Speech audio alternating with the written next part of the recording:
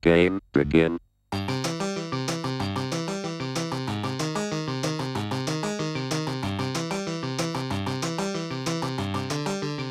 right, hello and welcome to Spy Colony episode 11.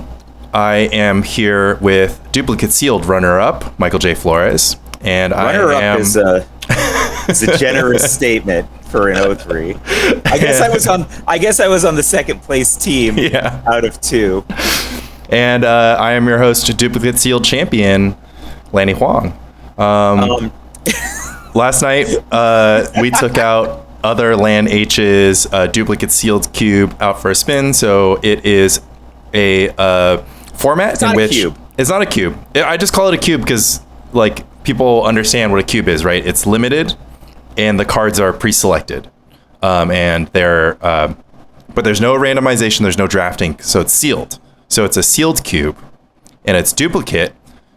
Two teams of three are handed the same 400 cards, and it is a middle-powered, middle synergy, pure magic, limited experience. There's no planeswalkers. You have to build 50 card decks with 12 card sideboards. It's a limited pool, but it's not really limited. For example, there are 2 Gaia's Blessings, 2 Devious Cover-Ups, and 4 Squadron Hawks in both 400. And 2 Ravenous Rats and 2 Gravediggers. Yeah, so Landy Ho has been signaling what he wants us to do with these Ravenous Rats. So, I mean, I don't want to get too far into this because I do think, like, if there's interest, if you guys want to, like, I'm 5 with Flores, Lanny is some number of NYNYs after the NY at the end of his name on Twitter. Hit us up if you want to hear about Duplicate Sealed. Landy Ho is, like, carries us around. It's actually, he initially did it as a gift. So he worked a lot in building these duplicate seals. He puts them in these beautiful long boxes. Costs, not a crazy amount to build, but his idea was to bring it for people who hadn't played Magic in a long time, that they could, serve some newer cards, but they can enjoy Magic in a pure sense. And it's not solvable. There are any number of configurations. He put a lot of thought into building this. We money drafted. Lanny's team beat my team, and it was Lanny, Mano, and North American Premodern Championship runner-up Itai Kurtzman versus myself, Pog, and Grand Prix champion Danny OMS. I think we walked away with 2 total wins. None of them came from Michael J. Michael got excited and shocked everyone on our team by not choosing to play Mono Red Burn, or it's more of a slide deck, I guess. Mono Red Beatdown. I went ahead and played Mono Red Beatdown and cashed my 2 wins right away. Did your Mono White deck go 3-0? Well, no. 2-0 and no. Yeah. So basically, we our side went 2-0, 2-0, 1-1. And 5 wins gets you the check mark. So I thought Mono White was the best deck with 4 Squadron Hawks and a bunch of 187 guys. You could put on pressure and then have some mid-range card advantage. But we just trying to build some fun, different stuff. We ended up being very non-cooperative on my team. Pog totally derailed the building process at some point. I mean, like he said, and to be fair, 1,000,000% fair, we had an hour to build, and Land was like, "You did not build like a team." But we didn't build like a team. Pog stole all the cards out of my deck and then didn't use them. Right, so. Well, we don't have Patrick here. We don't have Patrick here to defend himself, but he would be like, I was a terrible teammate. He also got the only win on our team. I mean, Dan is like the true collateral damage here. His $20 was very, very sadly lost. Big week in Premodern. It's always a big week in Premodern. The PSS during PSS season. Yeah, PSS is in a dead heat for the race to the bottom with 5 players with negative records, just to show you how competitive it is. Jared Doucette and Tom Matelski at 4-1, just absolutely farming us. I'm clinging on to a 3-2 record with 3 people at 2-3. And we have, unfortunately, Jeff Whiteley at 1-4. Rich Shea is in the 2-3 group. Rich Shea at 2-3. Jeepers creepers. He can't catch a win with goblins. That's the problem. Here it goes. I'm going to talk about what I did on Thursday, then we'll switch to what you did on Thursday. Yeah, we also had a New York meetup, which is always a good time. No, there was epic shit at the New York meetup. Epic shit. Number one, Osip Levidovich brought his own fluctuator deck. So I brought a fluctuator deck for him, and he's just like, I'm good. Costs $20 to make, right? So Luis Not Vargas, so his nickname is Luis Not Vargas. Luis Neiman, who's a long-time stalwart of the New York Magic scene, but he had moved to California, to LA for a decade or something. He movie club guy, and just like our group of friends guy is back, and he just showed up. I didn't know he was going to be there. I was really happy to see him. But one of my favorite ever Luis Not Vargas story is like, I want to say it's like 2009. So I call up Luis. I'm like, Luis, give me your wife's phone number. And he's like, why? And I'm like, just give me your wife's phone. So I call his wife, right? His wife, Liz. And I go, yo, Liz, meet me at this street corner tonight at 7. And she's like, Mike, I have dinner plans with Luis tonight. And I said, are your dinner plans better than going to Stephen Sondheim's birthday party? And she said, excuse me, I'm going to have to call my husband. And so Luis's wife is like a big Broadway fan. And so when I got invited to go to Stephen Sondheim's birthday party, we went, and it was gas, and Stephen Sondheim yelled at the stage manager of Carnegie Hall because his limo was late at the end of the night. We got to witness that.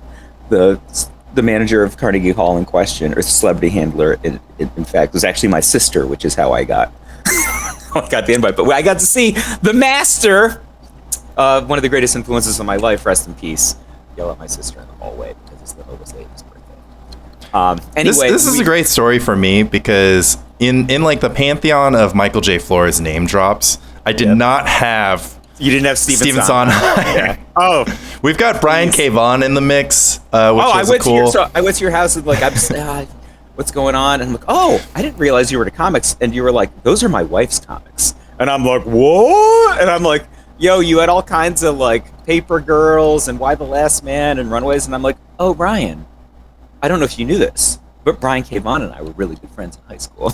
Yep. Michael J. Flores charming all of our wives by keying in knowing on their famous favorite people. thing.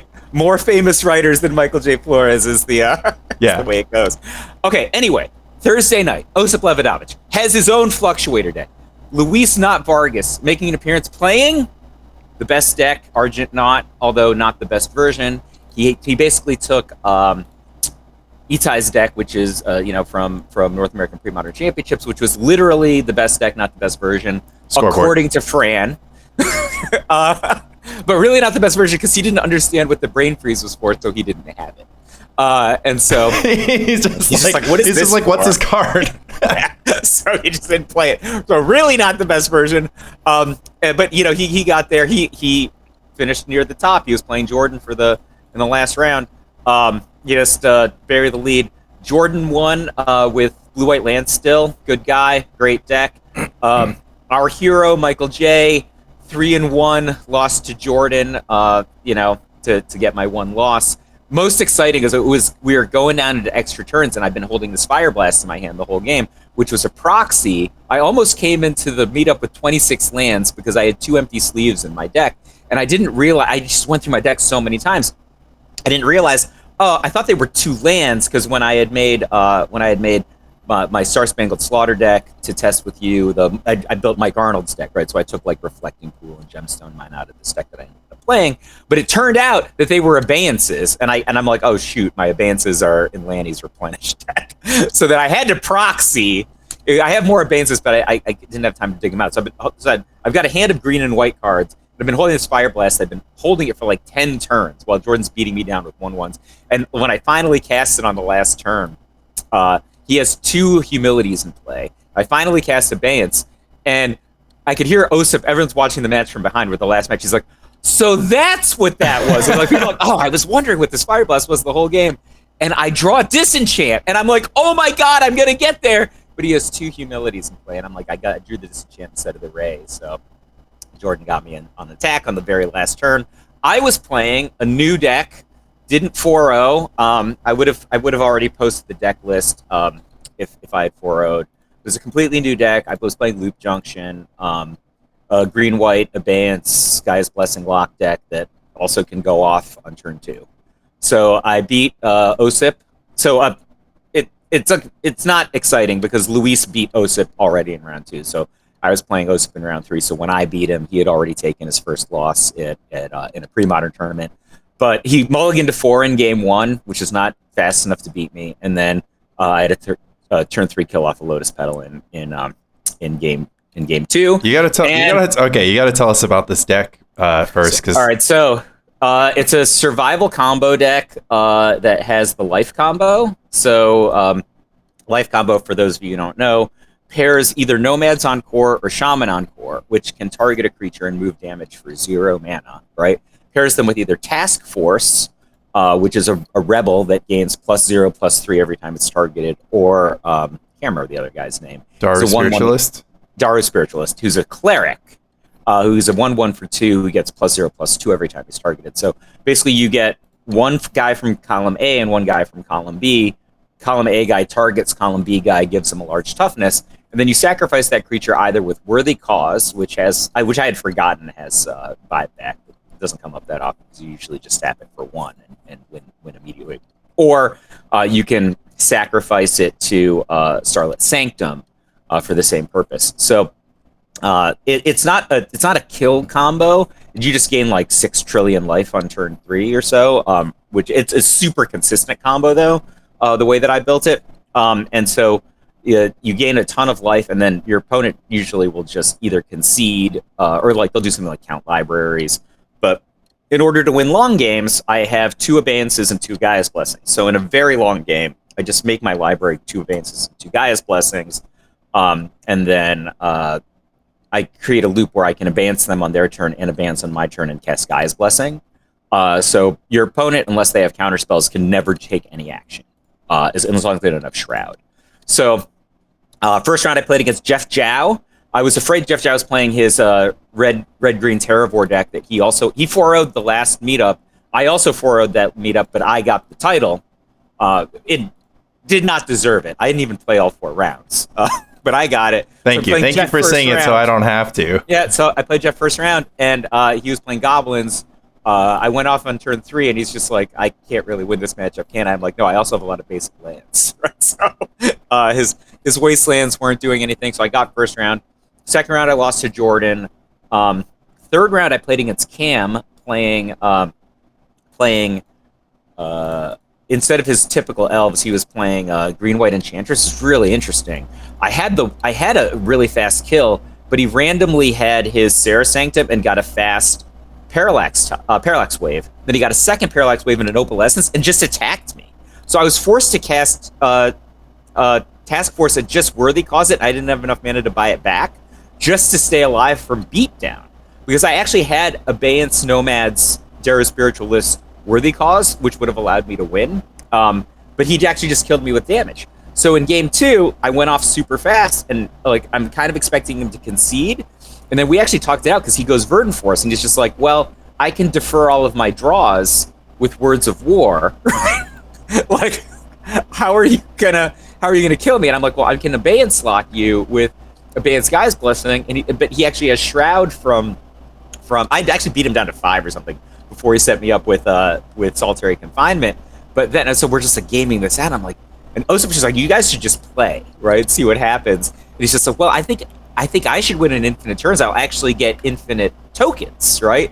Which would be able to beat your however many trillion life. Where's this Verdant Force out of the Enchantress deck coming? He sided in Verdant Force so that he would have 1/1 guys, right? So then we figured for out this situation exactly. Yeah. So we figured out that I would actually be able to eventually beat him with the front side of Starlit Sanctum with City of Brass or Undiscovered Paradise, Reflecting Pool, or Gemstone Mine. At some point in the future, he would no longer be able to upkeep Solitary Confinement.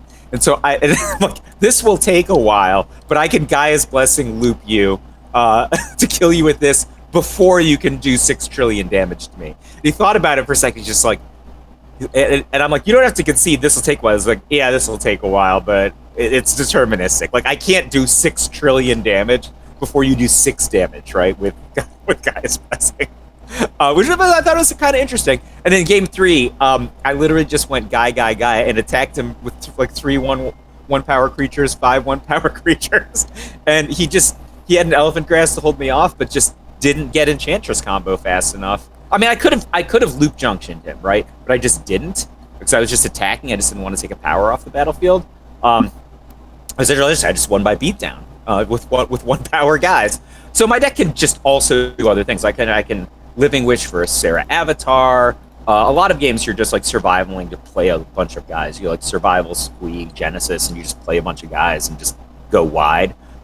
If your opponent doesn't just kill you with damage, like on turn 5 or something, you can easily put like 12-12 deck in the Hurt Locker, because if you pair any 2 guys together, they can't get through, right? So you just make infinite toughness, and so one guy can move all. Yeah, one guy moves all the damage, the other. So they literally, every time you play any creature, they need to play another 12-12. And at some point, if you have 5 or more creatures, they can just never damage you. So it's like, and then, so they have to be able to somehow contain survival. It's not a good look. So Lan says to me, he's just like, oh yeah, you seem pretty high on this deck, but I did lose to Jordan in that exciting. I was holding Fire Blast the whole time, so I won game 1. I screwed up. He got game 2 because I was like, I don't know what I'm supposed to sideboard, and it was weird because I had made both decks, right, and I just didn't think about what to sideboard, and he just humilities me, and I'm like, I just don't have my Ray in my deck, so I'm just like, now I'm in the survival 1-1s game, and you can't beat a Mishra's Factory that way. So no, you can't. So I just conceded. I couldn't beat the Mishra's Factory. I'm just a moron. If I just had a Ray in my deck, I would have won, right? So anyway, so I went 3-1. It was pretty exciting. So Lan, though, I think broke the format. Lan was registered as a 3-1, but he like actually went 3-0. Unlike me, when he showed up late, he got match loss instead of a match win. Yeah, we call that the Flores rule at the meetup now. So Lan actually has broken Premodern with a new deck every single time. He's the one who broke the Arcane Lab, Extra Dust Bowls, Meddling Mage stuff with Lan still. It was like, he actually told me before LobsterCon, and I was just like, shut up, Lan, you don't know anything about Premodern. I just play so much Premodern with my friend Tom Metelsky. And like, she actually like broke it, right? So Lan Tax is banned. He makes maybe a better green-white prison deck than Parfait. His deck was insane, absolutely insane, and he's just like, oh, how are you gonna beat me? And I'm like, well, I can just Abeyance Gaia's Blessing lock you. And he's just like, what if I have Abeyance Gaia's Blessing lock? And I'm like, shut up. And he flips out his deck, and he's just like, actually, I have 3 Gaia's Blessings. How many do you have? I'm like, 2. He's like, I have 4 Abeyance. How many do you have? I'm like, 2. He's like, so what you're saying is, I have Armageddon Mox Diamond and more Gaia's Blessings and more Abeyances than you, but you're gonna lock me. and I'm like, he's just like, let's hope you don't get paired against me, because this match is going to go a long time. So his deck is sweet. I'm going to you're going to love it. I think I pasted it to the Illuminati list. And we are going to, I think, dude, he beat 12-12 repeatedly. He should have just won the meetup. He just came like, and the thing that sucks is Lan lives like 5 minutes from Bifrost. He was unaware that meetup starts at 6:30 and not 7. Yeah, so he easily it's not easy. Like, he had like a hard fought match against Dave Kaplan, stuff like that. Like, who's obviously one of the best players at the meetup. But his deck is fantastic. He's got like everything you would like, and I actually think the correct number of Mox Diamonds is 1. Lan played more than 1 Mox Diamond. Luckily, the number of actual legal Mox Diamonds I own is 1. So this is going to be perfect. You're going to love this deck. It's really good. It was real. And so I played Jordan in the Lan's new deck versus Land Still. Jordan's playing Land Still. And like, I kept a 1 land hand on the draw. And so Land's like, oh, I think this matchup is good. So I missed my second land drop. He's like, God, Mike, you already screwed it up. I battled back, and at some point, Jordan had no ways to win left in his deck. Right? just battled back. It was absolutely fantastic. I actually played that matchup too. So I played Land Still versus Lands. So this deck. You got to play the new deck too? Yeah, I got to play the new. I played against the new deck. and had the same experience. But I, of course, was just like yelling at the Landstill deck the entire time because I like drew 3 hands and none of them had good mana. I'm like, okay, we're doing Mold of Sevens here, and I to give the viewers a little bit of background, the listeners a little bit of background. Landy has cooked up a Mulch, Skull Rack, Oath, Cataclysm. Don't give it away. I might play this at the 1.5K. Don't give away the whole deck. Let's just say, if you like Parfait type decks, the fact that land tax got banned, there might be a better deck. I guess you'll have to wait until it's really good. You'll have to wait until September 17th to find out. And all I have to say is, I was like looking through Land's deck, and I'm already like, I'm making changes because I'm like, oh no, this is wrong, right? He's just like, just try the deck, and I realized like, oh no, 3 Guys Blessings is actually right in this deck. It makes so much sense. I mean, deck is live. I was really happy to play it. And it's on my short list. Probably gonna play Argent Knot because I'm a coward. But if somebody shakes a little jalapenos in front of me and I have some spice for the middle of September, don't be surprised if Michael J is attacking with a Chroma. Yeah. And I didn't cast it, by the way. Well, maybe I cast it. That you do that like either that. Or, yeah. I mean, right, anyway. Moss to a Flame. Like you just do something a little bit cool. Mike just appears out of nowhere. It's like, hey, what's this? What are you doing over here? Can I try? So, like, I guess so I actually wanted to play Fran's green, white, black deck. Right? Yeah, so for our episode last week. Yeah, I was working DI this week, so I just didn't have time to make it. So I was just like, I just won't play 12-12 or Lance or whatever. I always play the same decks. But I have so many decks built, right? So I'm just like, I'll play Loop Junction instead. And I almost won. I was just like, I'll play green, white deck. And it was funny because I was just like, oh, this is a good week to play something like Fran's deck or something like Red White Rifter because I knew Jeff Marks was not going to be there, right? Jeff Ferris, not going to be there. But then other people played Terra Borgeddon, and Lan was literally like, I played a green-white Armageddon Cataclysm deck because you told me you were going to play Fran's deck. Yeah. He was taking like the Mike versus Lanny strategy because like I first looked at his deck and I'm like, oh, this deck is soft to green-white Geddon. And he's just like, just play the deck. And I like didn't realize that it was like this sick Cataclysm Armageddon deck also, in addition to being a card advantage deck, in addition to being like, it's all things to all men. I mean, unless you want to cast a counterspell, but it doesn't cast a counterspell, but I think the fact that it can triple Gaia's Blessing, quadruple Abeyance Lock, an an unprepared MFer is chef's kiss, man. Landy Ho. Arcane Lab version 2.0 on this one. Yeah, I'm always impressed by what he cooks up. He just does it just entirely in the lab, entirely in his mind palace. I was talking to him, and he was like, Mike just doesn't listen to me. I don't know why. And I'm like, well, it's probably because you only play against Mike. And if you tuned into Ancestral Recall, episode 23, Information Cascades, Mike is somewhat immediately suspicious of people who have inbred testing data. And Lan says to me, he's like, well, Premodern's like a fixed card pool. So you can just think about it and then just like figure it out. Yeah, you're just like, there's no surprises, It's not like your opponent's going to pull out a card that you haven't seen before. So if you're the one pulling out the card that your opponent hasn't seen before, something like Arcane Lab, or like just being like, okay, like why not play 4 Dust Bowls? Why not board up into 28 lands in these grindy matchups?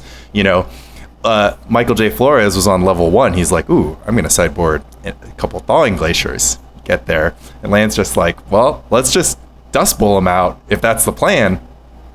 Seems a lot faster. Seems a lot more potent. It's really awesome. I love it when people who aren't in like the in-group, as it turns out, I think the pre-modern community has its own information cascades where our data just gets skewed by people net decking each other, people believing everything they hear about Phyrexian Rager being good, morons, etc. One and all. It just takes a creative visionary to point out something that us ants walking in a circle haven't seen before, and break off in a new path. So shout out episode 23 of Ancestral Recall. Thanks for shouting out. What is Ancestral Recall? What are you talking about? Well, Ancestral Recall is, once again, my favorite podcast. It is Michael J. Flores and his son, Roman Fusco, recapping, reviewing, and reading classic Magic the Gathering strategy articles. They have had a triumphant return after an effective 5-year hiatus. They've kind of poked their head out, but triumphant return. They did Patrick Chapin's Information Cascades, a beautiful strategy article that basically covers a big weakness in certain Magic team preparation, in which effectively you have inbred testing data, or you're not able to draw good conclusions due to maybe putting too much emphasis on net decking, or maybe putting too little emphasis on raw data. So be sure to check that out. That's Ancestral Recall Podcast, wherever you find and listen to podcasts. Promo code Flores at Cool Stuff Inc. Which sadly inappropriate, given that Ancestral Recall is actually sponsored by Face to Face Games. But we don't have a face to face promo code, but check out Face to Face Games. They are famous, of course, for selling the booster pack that contained the One Ring to that nice guy in Canada. They are? Yep. Face to Face sold the collector's booster that contained the $2 million One Ring. Wow, that's amazing. So thank you for the prop on Ancestral Recall. I'm really happy about bringing it back. Roman and I used to record it every week in real life. Roman is a sound design student, so we would use his fancy studio in shout out NYU. East Village. Both. You're also both Roman and I's alma mater. So we should. Do you have like an ex-student card you can just get us into and then use the equipment there? I might be able to try, but it's been a few years for me. It's nearing 10 even years. After Roman graduated, we used to use the equipment in there. So yeah, I still have my NYU email address, so it's not impossible. So we used to do that, and then he moved to stupid LA back in like 2018, and then COVID happened and all that stuff. So the reason that we came back, actually, Fran has been bragging about this on Twitter. Fran was just like, "Oh, I just finished listening to all the Ancestral Recalls. This is such a great podcast." And so I just sent this snippet to Roman. I'm just like, unsolicited random comment from a Discord that you're not in. And he's just like, that's not random, that's Fran. He's just like, point taken. When do you want to record? Right? So it was super. He saw right through it. He's like, that's not random. Anyway, long story short, excited to be back on Ancestral Recall. And I'm excited to be half of the Spike colony. It's a colony of 2. We have guests. We need to queue up some future guests, but yeah. All right. So that was my Thursday. Oh, here's the other thing. Turns out Jordan lives like 6 blocks from me.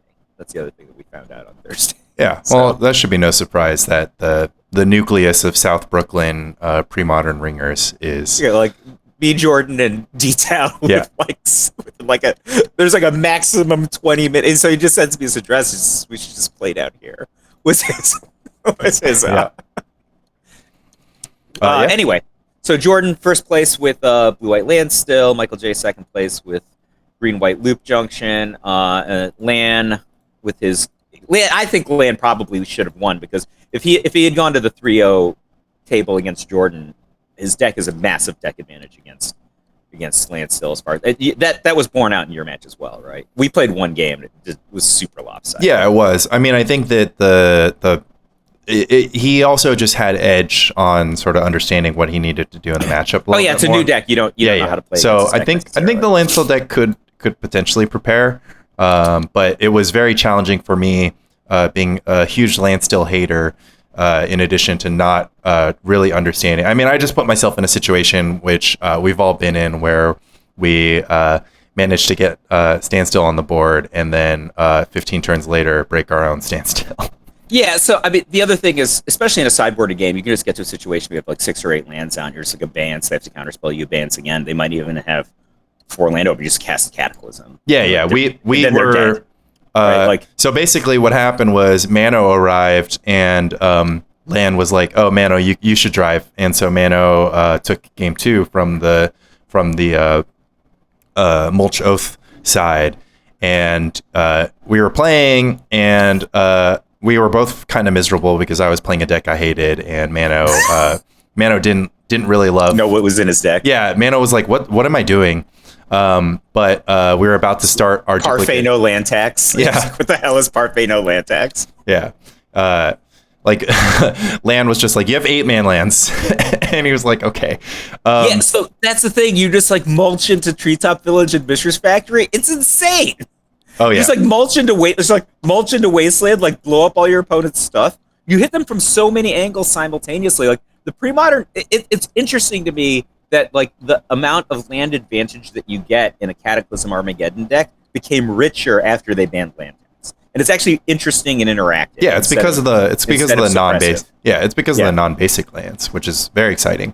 But anyway, so we got to a point and we're like, hey, we should probably start our sealed building. Michael's going to walk through the door at any second. We got to get going if we want to get out of here on time.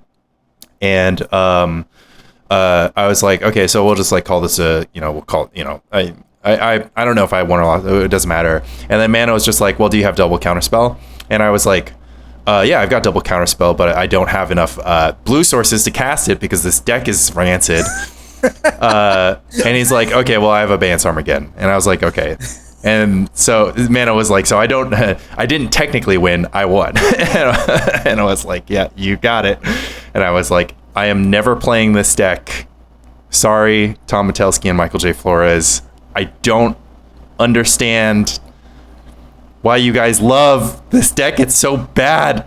It's just so... I drew 3 hands that didn't have mana. I was the biggest land still hater. You know that, right? Like, when I started playing Pre-Modern, it was one of the first decks we made.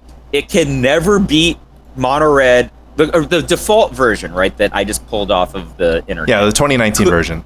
Could not beat... Or 2021 Could not version. beat me on Dixburn ever in game 1, right? So I was just like more than 85% win rate in game 1.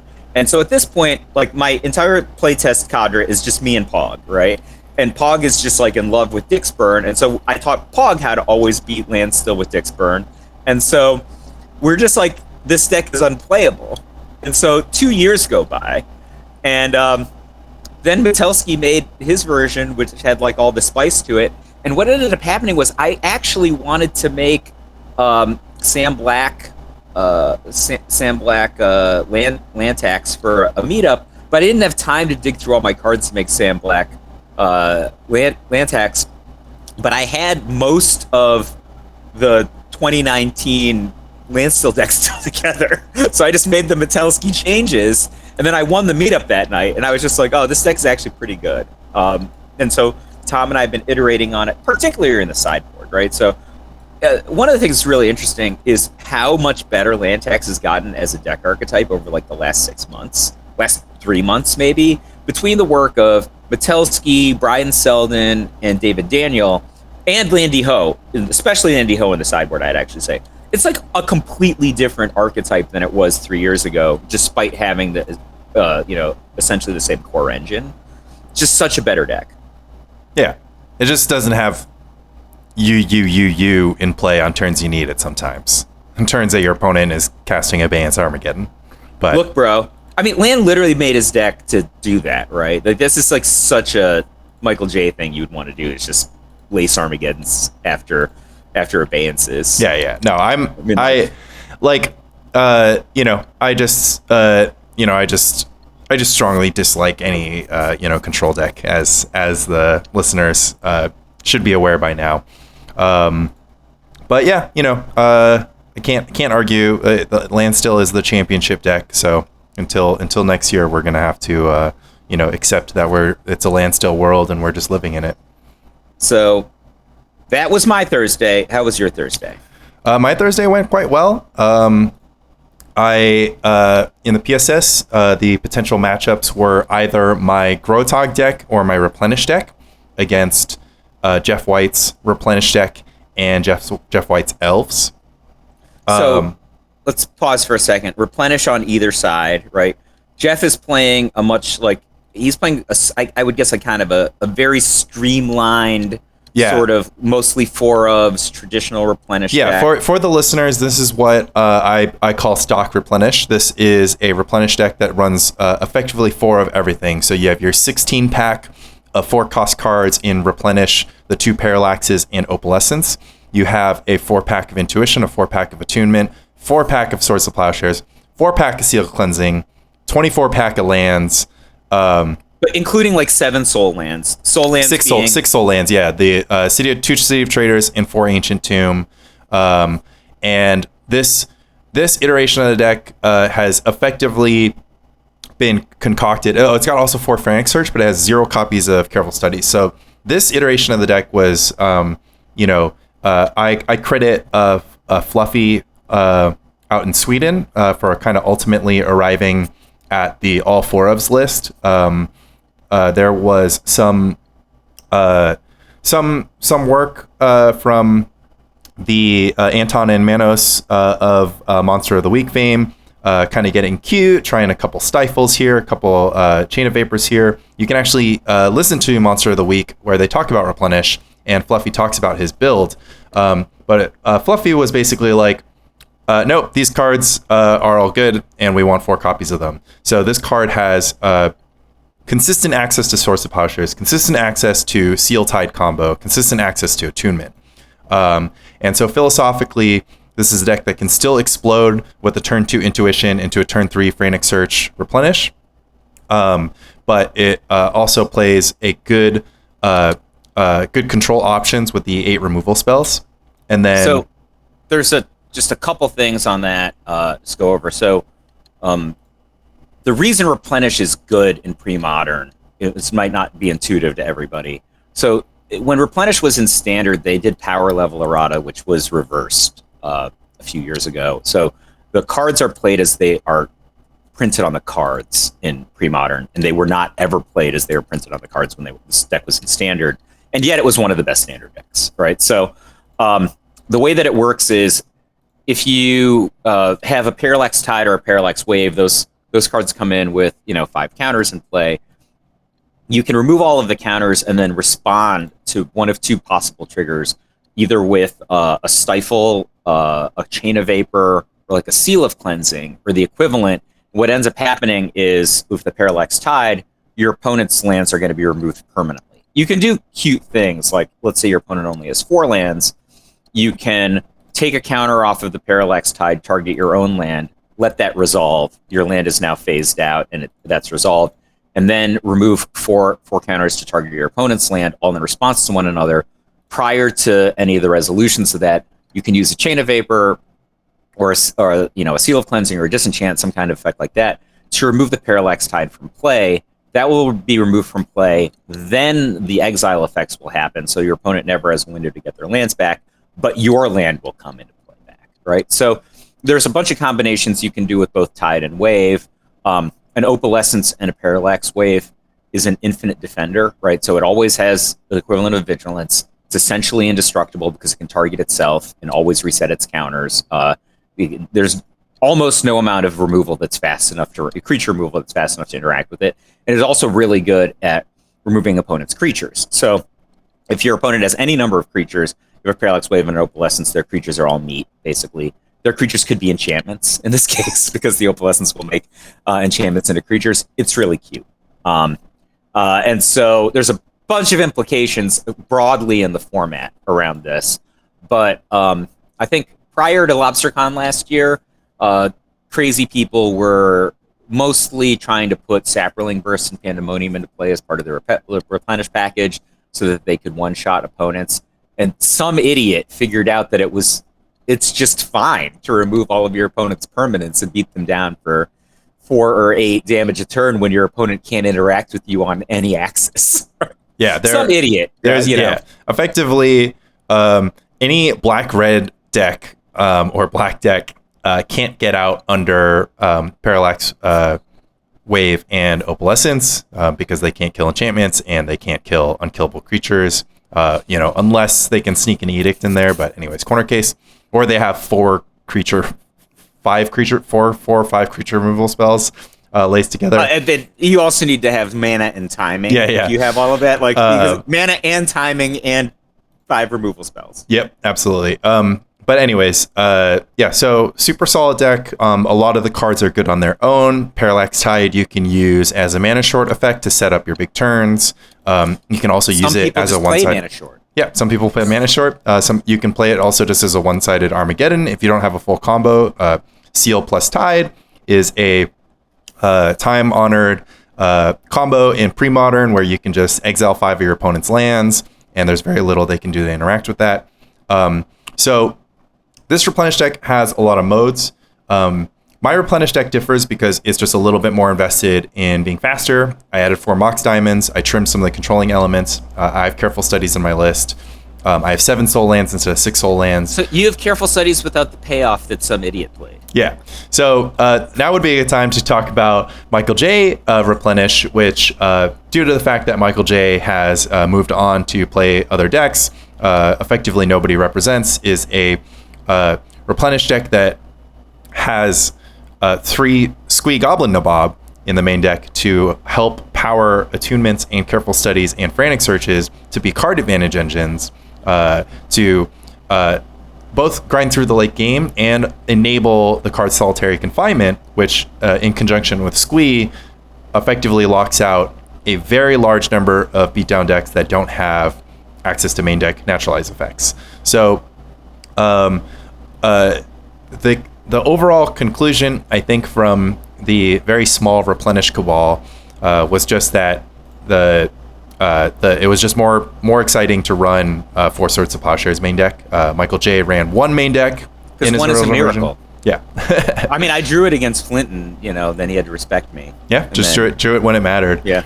I played against the deck that with 1 Swords of Plowshares, and I still Meddling Mage naming Swords of Plowshares because what are you going to do? You have to respect it. But that's neither here nor there. We with the matchup spread that once again my Replenish and Gro-a-Tog versus Jeff White's Replenish and Jeff White's Elves. Replenish is as lopsided of a matchup against Elves as possible.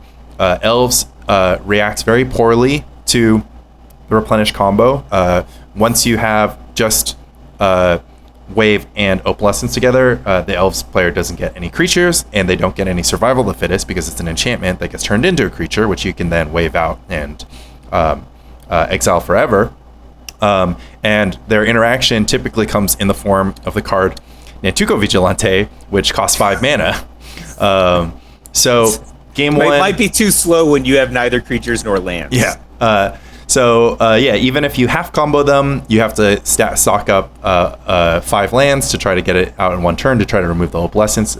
Elves is just left with basically no options. Post sideboard, Elves maybe has access to some Tranquil Domain, but once again, the base combo is just so effective, and it's very unlikely that it's worth noting that Naturalize does interact with the combo and that you can naturalize the Opalescence unless you have 2 Opalescences. It depends on how many of which permanents there are. Yeah, that's so really the thing. If there's 2 Opalescence, then both Opalescence are creatures, and that means they can be saved with Parallax Wave. So it puts you in a situation where effectively Tranquil Domain is really the card that you need. And as mentioned before, it is hard to cast Tranquil Domain if you don't have any lands, creatures, or really anything in play. So Replenish is really great against Elves. Jeff White knows this. My build of Replenish is faster in the mirror than Jeff White's build, and Jeff White knows this. And my Gro-a-Tog deck is relatively poor against Elves, I would say. It's not very good against Survival. It's good against Elves themselves, thanks to access to 4 Fire Ice in the main deck. But it can't beat the long-term card advantage of Survival, and it can't race what Survival is going to put out. So Jeff White, of course, has his own agenda. He's likely considering saving Elves for his final matchup. And even though Replenish would have been a slam dunk for me because I have the edge in the mirror and I have the landslide against Elves, I need my Replenish deck for Jared Doucette's deck in week 3. As a reminder, the PSS format this year doesn't have pick ban. Instead, it's just a rotation. You have 3 decks. You have to play all 3 in a 3-week span. So I ended up queuing my Gro-a-Tog against the Replenish deck. It's a match that I've played several times. I've lost from the Gro-a-Tog side a couple times, and I've won from the Gro-a-Tog side a couple times. Ultimately, in game 1, Gro-a-Tog is relatively favored. Replenish doesn't fare well against counterspells. They effectively have to lace together a Parallax Tide to protect the combo. That's effectively the only way they can protect against counterspells. And then game 2, they've got a little bit more action with access to cards like Orm's Chant or Abeyance. And typically Mana Short, but Mana Short does not work on either Mox Diamond or Foil. So he had to leave those at home. And again, because of Mox Diamond, Foil, and Gush, Parallax Tide also doesn't do that much lifting. But as we've seen, Gro-a-Tog is not the most consistent deck. And if you don't draw your Meddling Mages, or you don't draw your counterspells, or don't have your counterspells in the right spot, it can be kind of difficult. But luckily for me, game 1, I was able to apply sufficient pressure. I had Meddling Mage coverage on Swords to Plowshares. Jeff was sort of stuck spinning his attunement, which ultimately resulted in so much card disadvantage that 1 or 2 counterspells was able to hold him off. In game 2, we had a lot of interplay.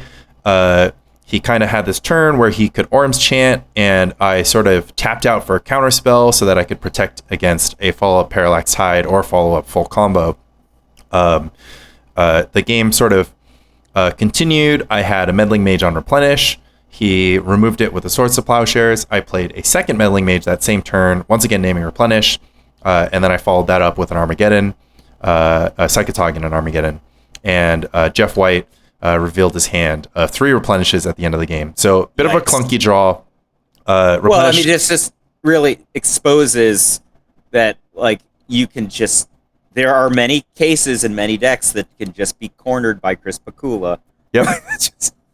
But actually, Replenish is interesting in that there's a spread of cards that you can interact with Meddling Mage with, right? Like Replenish, Parallax Wave, and Swords to Plowshares all separately can interact with Meddling Mage. Interestingly, the biggest problem with the deck, I think, is that even if you're correctly lacing your cards together, so many of the cards just cost 4, which means that it's very difficult for you to effectively get into a double spell situation. You gotta play 1 card per turn.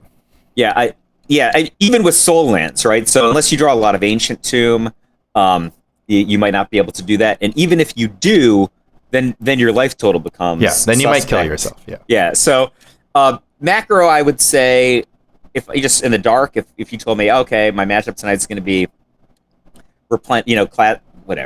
stock Replenish, you're calling it, fluffy Replenish.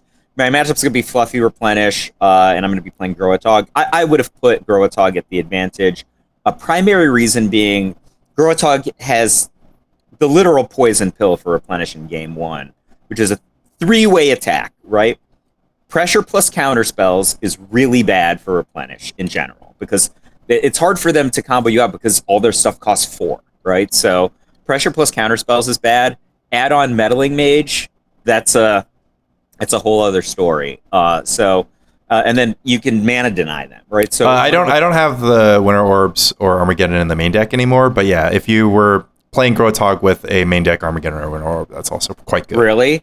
What about fire icing their Soul Land on turn 3 or 4? Yeah, I actually that's actually a good point, because is enough. I did do that in game 1. So going into Jeff White's turn 5, I iced him so that I could prop up a Daze, so that if he went for a Parallax Wave, he would tap out. It's interesting. I think that Gro-a-Tog is near the top of the matchups that Replenish doesn't want.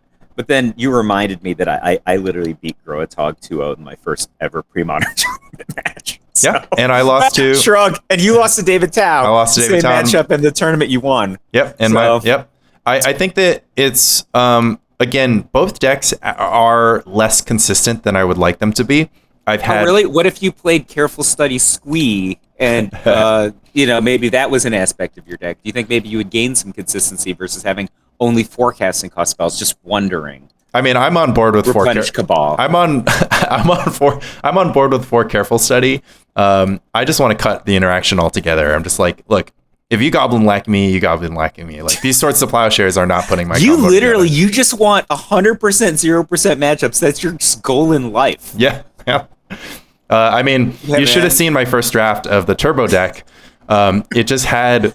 I don't even know if I had seal cleansing. It had the deep analysis in the main deck, and it had 4 careful study, and it was just like, let's just go. Let's just win on turn 3 as much as possible.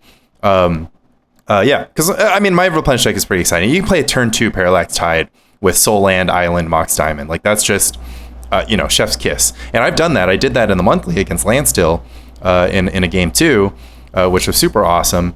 And in game 3, I got an Exalted Angel, which is another facet of my deck that I'm very excited about. And my opponent still had Wrath of God in his deck because he was like, well, I can Wrath of God away Parallax Wave Oblescence. And I was like, but that's so bad. Why?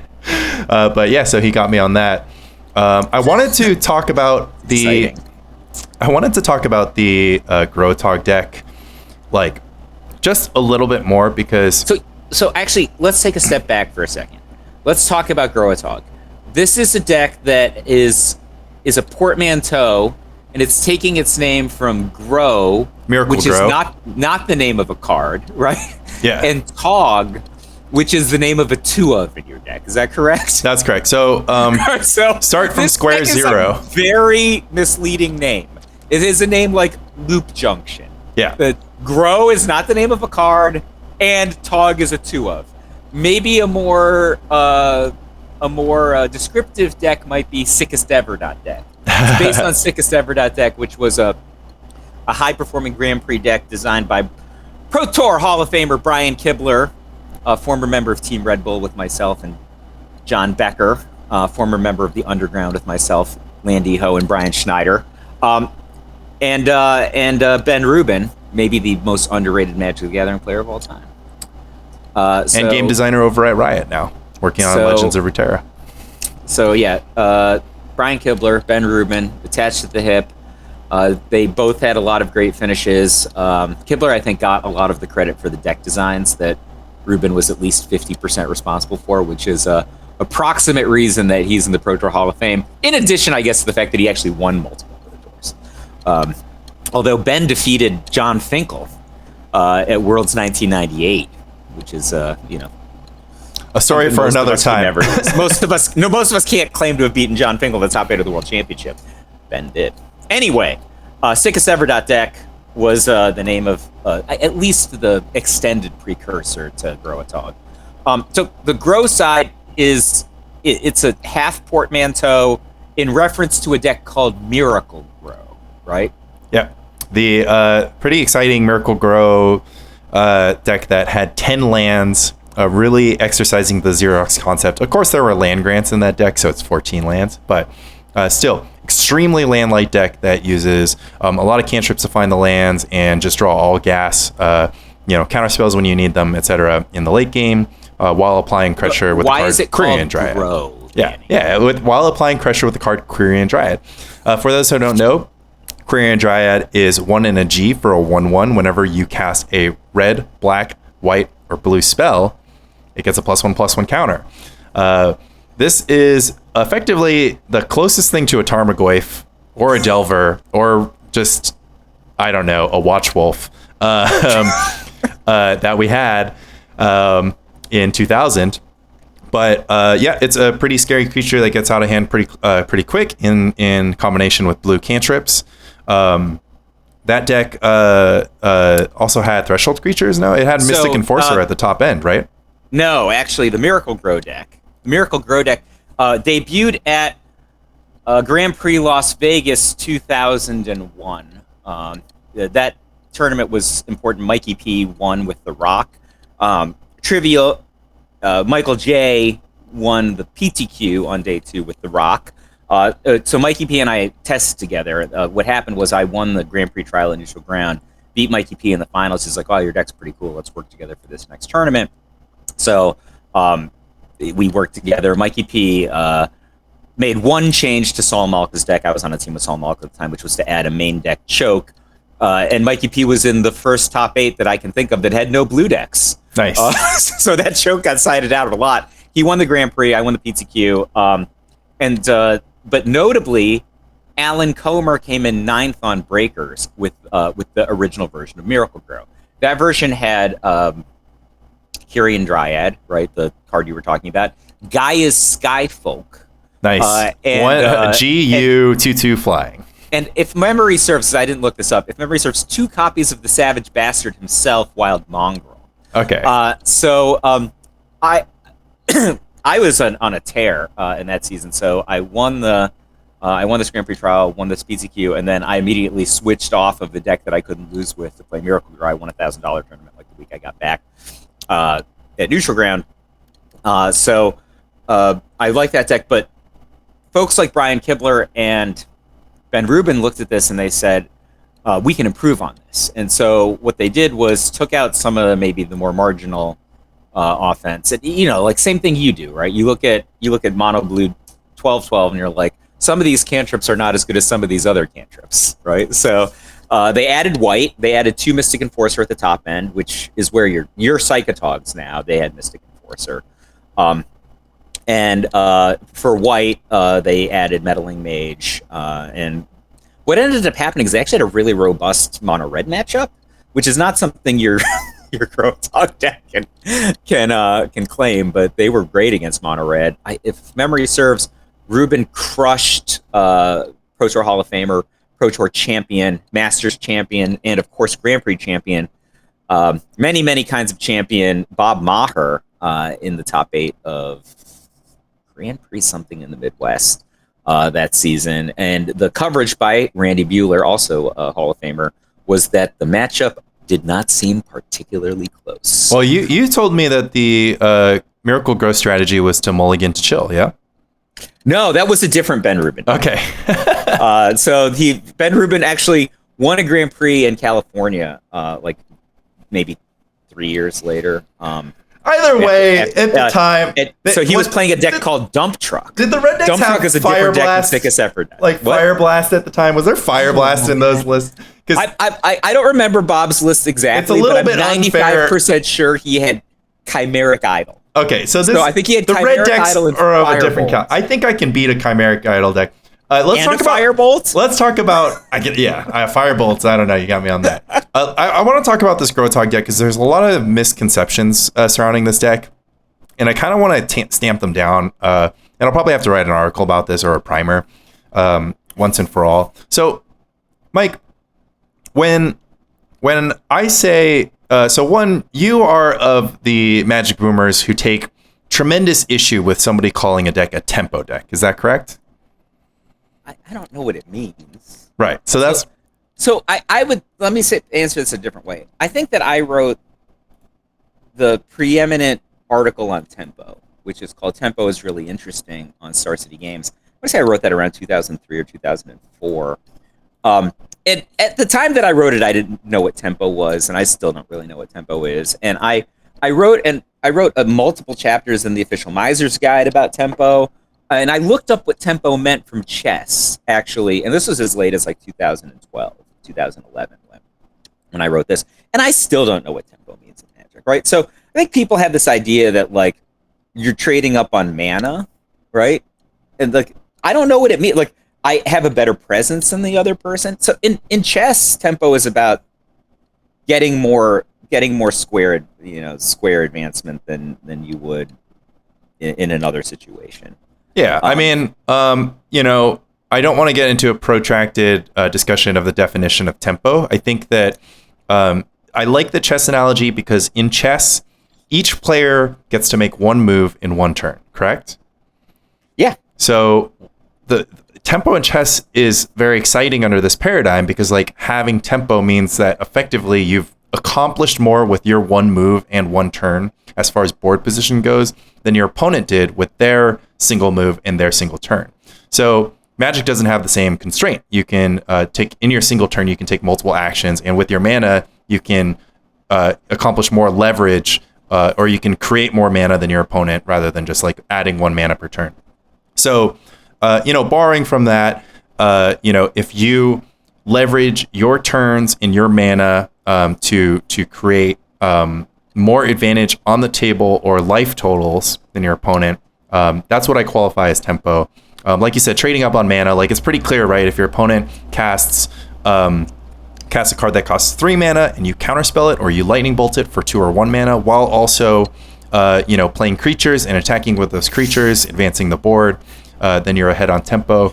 But so I don't want to detract from your original question, which I think is something that you wanted to get to very specifically. Yeah. But I would say I'm going to talk about 3 different situations. I think that if you were to glue those situations together, you might have an idea about tempo. But this is the thing that I think about, right? When I play the red deck in Modern, the creatures I play are either Eidolon of the Great Rebel, which is a 2 casting cost creature that punishes my opponent for taking actions, right? Or all my other guys are like 1 mana guys who for the most part have haste. And so whenever my opponent trades card for card, like they trade a Terminate for a Monastery Swiftspirit or a Terminate for a Goblin Guide or an Eidolon. Goblin Guide or an Eidolon, they're always behind, right? So and what ends up happening is, like, if you think about this as 1-for-1 trade, they're always giving a little more than I gave. It's 1-for-1 trade, except for +1 mana or +2 life or +1 life. Yeah, and so if they're operating, so Zvi wrote an article where I think he also got close to describing this well, and he came to the conclusion that more games were decided by tempo than were decided by card advantage. I absolutely agree. And card advantage is kind of like really the measuring stick that most Magic players use to kind of determine who's winning. Right. And I want to say that these days people like to evaluate you hear people say value a little bit more than card advantage. And like I think conceptually, right, like value is almost always some sort of material cardboard advantage. Exactly. Value and card advantage are interchangeable. I think value really is a very effective turn, right? Because it's just a whole like, okay, I play Flametongue Kavu, I destroy your thing. Like that's value, and that's just like it's card advantage too, but value just feels like a very sharp term for what we're describing. But yeah, like you said, most Zvi is contending that most games are won via tempo. More games are won on tempo than are won on card advantage, right? Yeah, correct. That was his statement. I don't think he would say most, but so one version of this is I am casting cards that cost 1, and then I think that something that people don't really understand is a Goblin Guide has value, right? Like the fact that it did damage and then you used 2 mana to answer it. Like I spent a card and 1 mana and you spent a card, took 2 damage and 2 mana. If you lace enough of those things together, the game is over on turn 4. You think you're up 4 cards. Like you drew extra cards from my Goblin Guide. You have card advantage in your deck. I don't have what would traditionally be thought about as card advantage, but the game ends and not in your favor, right? On turn 4. Right. So that's one version of tempo where I think also the other part about it is you're narrowing the cards. So your opponent might have a material cardboard advantage, right? That they have more cardboard in their hands, right? They have access to more land taps, things like that, but their stuff doesn't do anything, right? So at some point they're just filling their hand with cards that are not going to save them from your end game burn flurry. They just don't have, like, you've put them into a corner where the number of things that they can do that are relevant are extremely narrow, right? So they're like, okay, I'm going to play a 4/4 creature. You're like, wow. Like, that was just like our limited match last night, right? Yep. I drew cards off Muldrifter. I played this guy. She's like, cute. I have a Fire Blast in my hand. What are you going to do about it, right? Yeah. Get dead, right? Yeah. That's what I'm going to do about it. Yeah, and we played a limited match that was effectively tempo versus value. Yeah, and tempo won. Yeah, so another example would be a little bit different is I played a card called Repulse in my limited deck last night, which I love Repulse, and I always wish it was better in Constructed. It has one in Pro Tour, it has one in Constructed Pro Tour, but it's not widely played, right, Repulse. Variants of it, like Into the Royal or Repeal, are more popular in Constructed, even though they often end up casting more than Repulse. Repulse is UN2 for essentially unsummon draw a card, right? So I had a cool play against Brian Manolakos last night. He corrupted my big guy. I repulsed it, drew a card. He didn't get life from his corrupt. Everything was great. He still won, but it was a cute play. So another version I think of tempo that people think about is I play cards like repeal, repulse, into the royal, where I'm taking away my opponent's development on the battlefield while drawing cards. I think people very, very often equate that with tempo, even though it is often not mana advantageous and barely card advantageous. Yeah. I mean, getting back to kind of the core, the core point that I was trying to get at, which was just like, okay, do you think that tempo deck is like an effective term to describe, effectively what we like to call an aggro-control deck, right? I wouldn't call it that. I would call it either I would just use the term aggro-control, or I would use the term counter-sliver. I were... Or fish. If I were a zoomer... No, aggro-control... Fish and aggro-control are completely different strategies. All right, well, walk us through that one. Yeah, that's one. Yeah. Patrick Chapin in Next Level Deck Building, and I worked on this section actually, so I feel a little bit expert in this particular case. So Fish is closer to Suicide Black than it is to Aggro Control. They're not far away from each other, right? But if you think about, like, I put out guys, right? I could put out Merfolk. So think about Merfolk. Fish refers to Merfolk. How many counterspells does Merfolk actually often play? I don't know. I don't remember. Not very many, right? 4, 6 days? Could be like next to none, right? Like sometimes they play some, right? Like they play some sort of spell pierces or something like that, but they're not a heavy counterspell deck, right? So Oh, you're talking about modern Merfolk?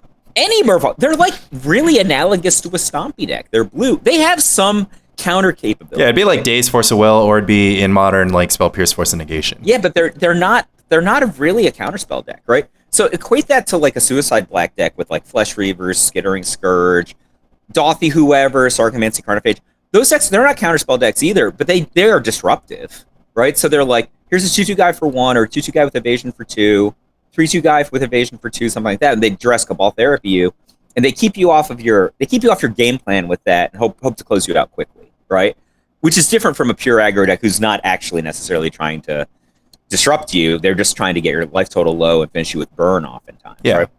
So yeah, this is like, to me, there's like a somewhat of a divide between a like philosophy of fire aggro deck that is trying to convert cards for damage, whereas a aggro control deck or disruptive aggro deck, is more concerned with converting some of their cards for just enough of their opponent's cards. They convert their cards for cards, right? Yeah. But they get a specific card. Yes. Right. So if you think about like a control deck is often just both a control deck and like what I think Chapin would call a non-blue control deck.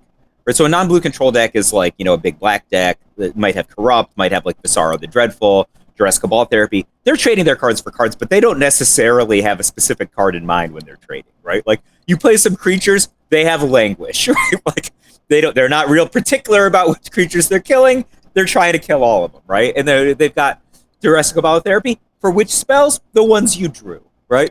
That is different from a Suicide Black deck who maybe they're aiming their Duress Cabal Therapy just at your Wrath of God, right? And they don't care about the rest of your strategy. They're just trying to get their damage in. They have like weird removal that isn't particularly effective, but maybe is contextually really effective, like Spinning Darkness against Jackal Pup or Ball Lightning. Really effective there. It's very poor at killing a Verdant Force, right? So they're very, very much more strategic with their interactions, but in exchange, rather than like a control deck, they are also putting you on a very substantial clock. I think it's similar to a fish deck. A fish deck has no aspirations for controlling the game. They just want to stop your sweeper.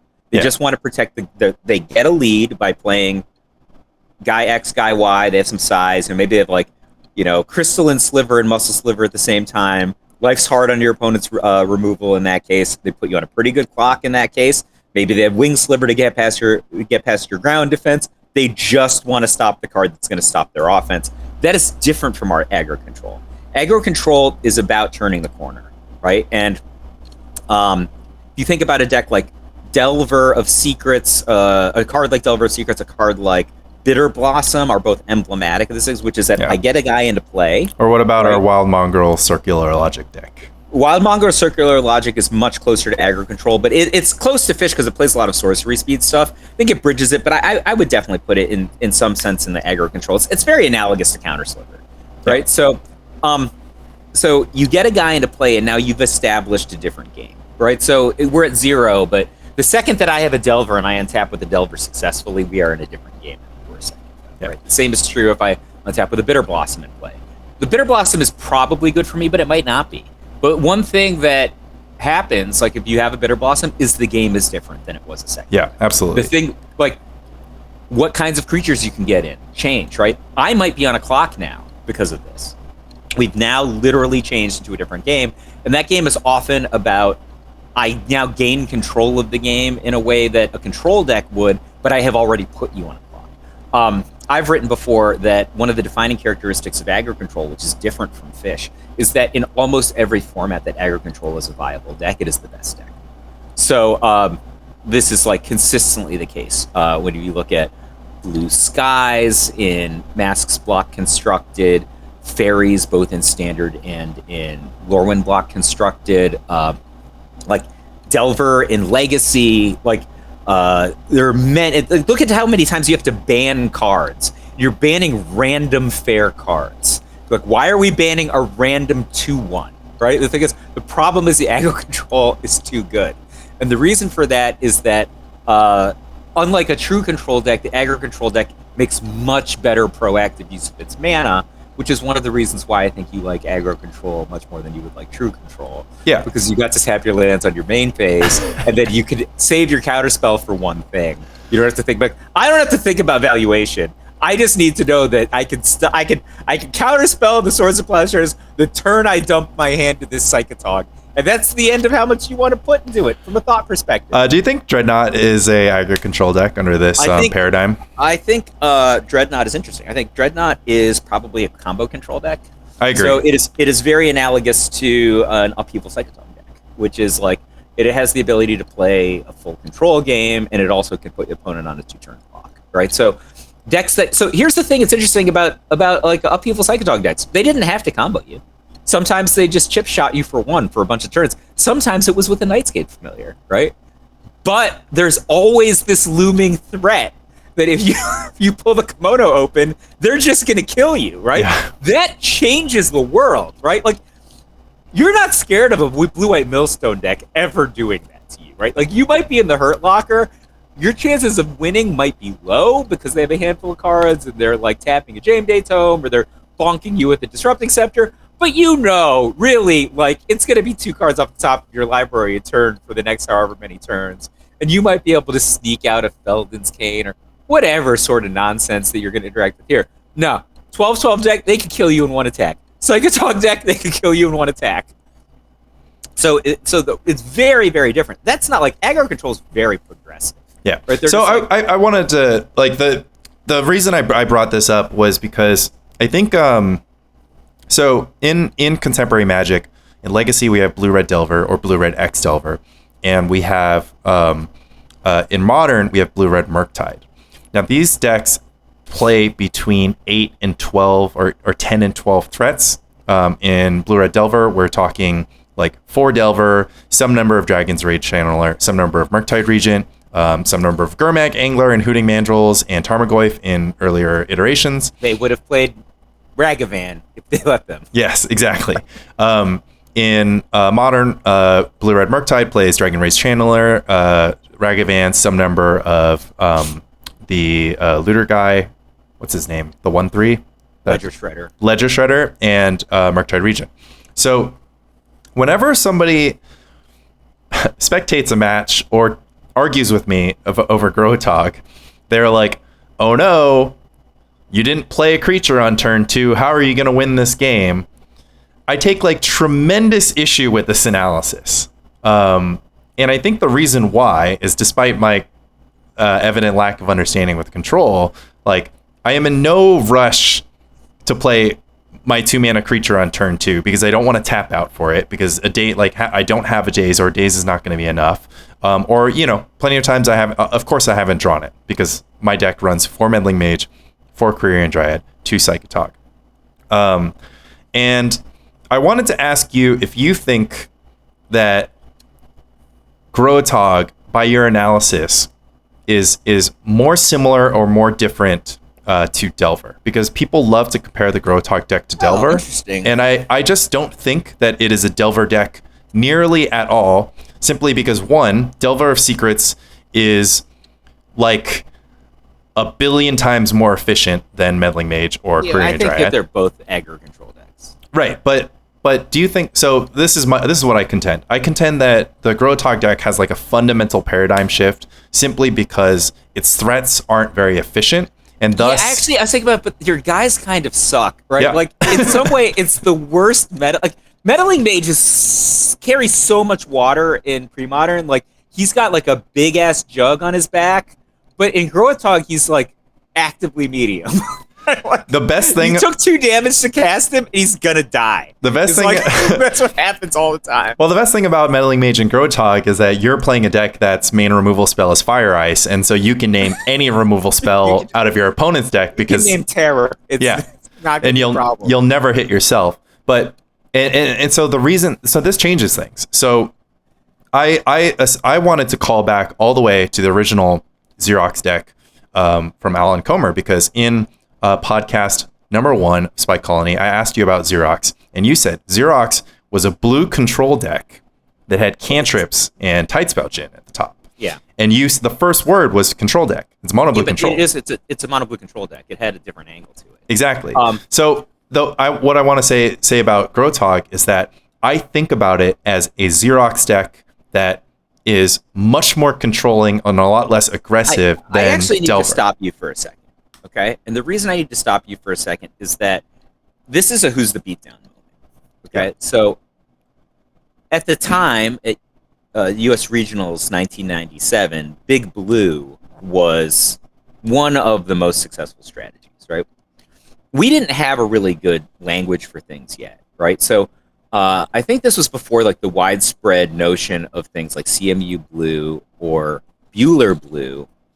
And I actually don't know that Draw Go had been unveiled by Andrew Cuneo yet, right? So I had a friend who qualified with a deck he called Super Counter, and it looked very similar to what Bueller Blue would have been 2 or 3 years later with Rainbow of Free in 1997. Okay, so but Draw Go hadn't come out yet, but Big Blue was a known quantity, and one of the reasons that 5-color green was so successful in 1997 was because Big Blue was a known quantity. So they knew things like River Boa and Winter Orb main deck were going to get more value, and even Karoo Meerkat were going to get more value than they would have in the abstract, right? So when Comer made his deck, he was making a deck that had a very similar but not same top end, right? So imagine your top end is Air Elemental. So Worth Walpert won the Ohio Valley Regionals that year with Air Elemental. This is the top end of his card. So Comer played Water Spout Djinn. They're both 4/4s. One of them requires having 5 lands in play. One of them requires 4 lands in play. The difference with Comer is after you've played your 4th land, you're not getting another land. Okay? So he has to kill you. Right? This is because, for the listeners, This is because the text on Tidespell Djinn reads, at the beginning of your upkeep, return an untapped island to your hand, or sacrifice Tidespell Djinn. So that's a 4/4 for 4 flying that you just don't get a land. You're just playing the same island for the rest of the game. Yeah. So, but Comer did things like he played Dream. I can't remember the name. Dream something. It's UU2. Green creatures don't untap. He had that in his main deck. And then like also it allowed you to pay mana to untap things that were tapped. So he had his Sukata Firewalker with Dream whatever as like a main deck combo. So he created different angles. But like from a Who's a Beatdown perspective, if you were talking about Comer's deck versus a conventional Big Blue deck, a conventional Big Blue deck would have things like Thawing Glaciers, right? Comer didn't play Thawing Glaciers. He played 17 lands. They were all islands.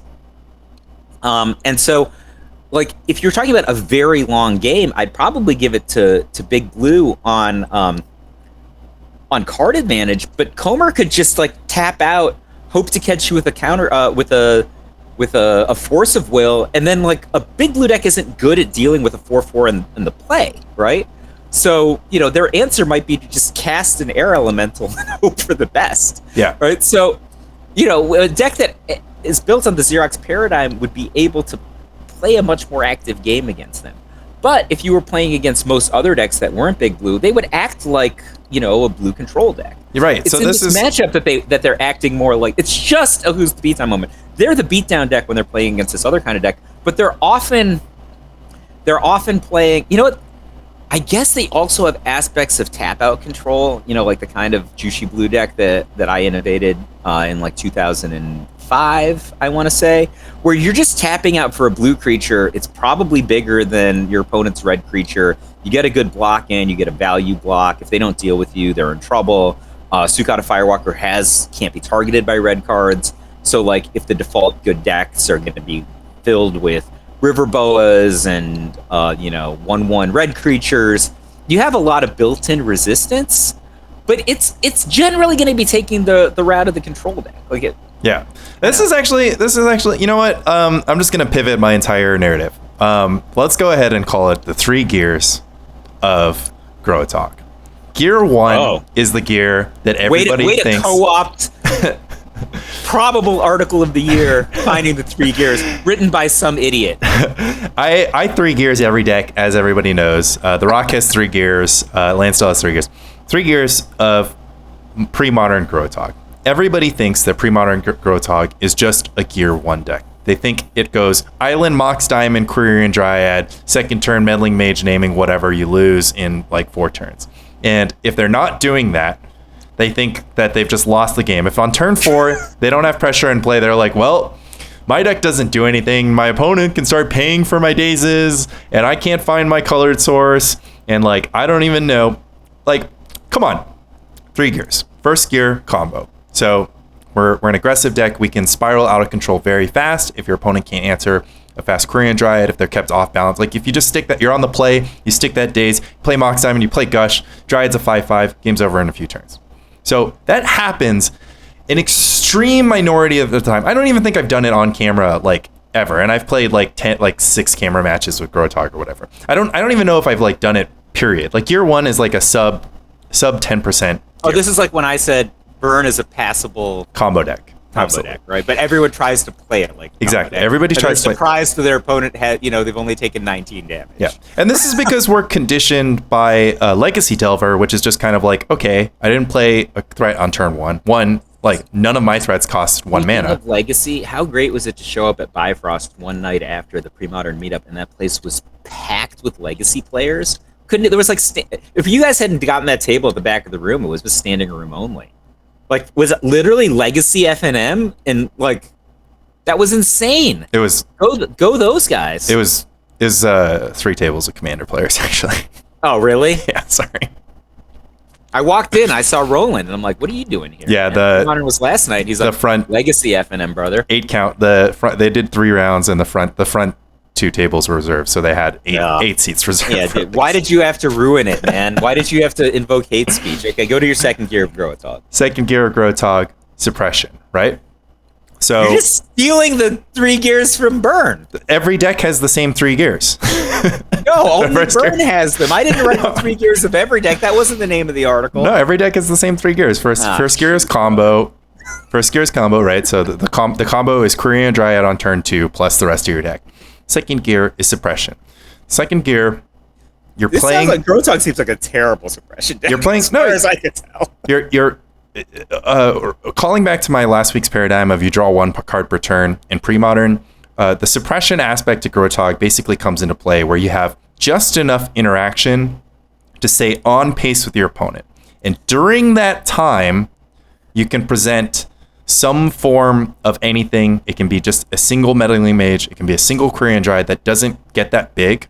Because one thing that happens a lot is that people think that you're all about chaining cantrips, that a card like Portent isn't good because it won't chain to the next cantrip and keep the counters flowing. It's like, no, just play a Quirion Dryad. If your hand's full of counter spells, just play a Quirion Dryad, and each time your opponent plays a spell, you get +1/+1/+1 counter, and you counter their spell, and then the noose tightens closer around their neck. You're suppressing what they're doing, keeping the board clear for your Korean Dryad. Sometimes you're just blocking. Sometimes you just have a Psychotog in play or a Korean Dryad in play with enough counters. I've blocked Phantom Neshoba with Korean Dryad before. Like, that's, my 8/8's better than your 7/7. Well, like, what are you going to do? Are you going to attack? You're going to lose eventually. They're just going to keep their Phantom Neshoba, sadly, gain 7 life. Yeah, exactly. See how many times you can do that in a row. Yeah. That's what they're going to try to do. Yeah. So would you say that poor Jeff White Weenie was a victim of Gear 2? Yeah, absolutely. Because I didn't combo him out. In his grip. Yeah. I didn't combo out. Well, so actually, in game 1, he was a victim of Gear 2 simply because it was very easy to hold off his offense thanks to the attunement card disadvantage. The final gear is inevitability, as we know from the article. And the inevitability in Gro-a-Tog comes in the card Psychotog. If this game goes to turn 15, my Psychotog will be a 20/20. I won't have needed to deal a single point of damage to you. Like, if we play and you have no concern with ending the game versus me, then I will end the game with my Psychotog. And in post-board, I'll end the game with Armageddon. So if I'm in a situation where I've always felt like the Gear 2 and Gear 3 of burn were pretty closely related, right? Which was just that if I keep on drawing cards, I'm going to burn you out, right? And you can't gain life. For me, it's like an attitude thing. Yeah. Right. So I think that Gear 1 and Gear 3 in burn are very closely aligned. But like, I feel like in Gear 1 and burn, you're like a tryhard, and like that's like all the idiots who get to do 19 damage to their opponent. But Gear 3, I just chill. I'm just like sitting back in my chair, and I'm just like, oh, you're doing your thing. I'm going to do my thing. I think you're going to be surprised what happens if I've done my thing for enough turns, Yeah, I feel like that versus like Gear 1, you're just like, I'm going to do my thing. I'm doing it. I'm doing it fast. Here it comes. But what ends up happening is they stop one of your things, right? They stop one of your things that was bad. And then they live. Yeah. And then they live, and then you get them. I think it's the feeling of comfort that your opponent gets where you're just like, okay, like, you've just got like 5 cards in hand. I've actually got like 7 cards in hand or like whatever. I think this is going good for me. And then you just like play Psychotog, and then they're just like, okay, this is not going good for me.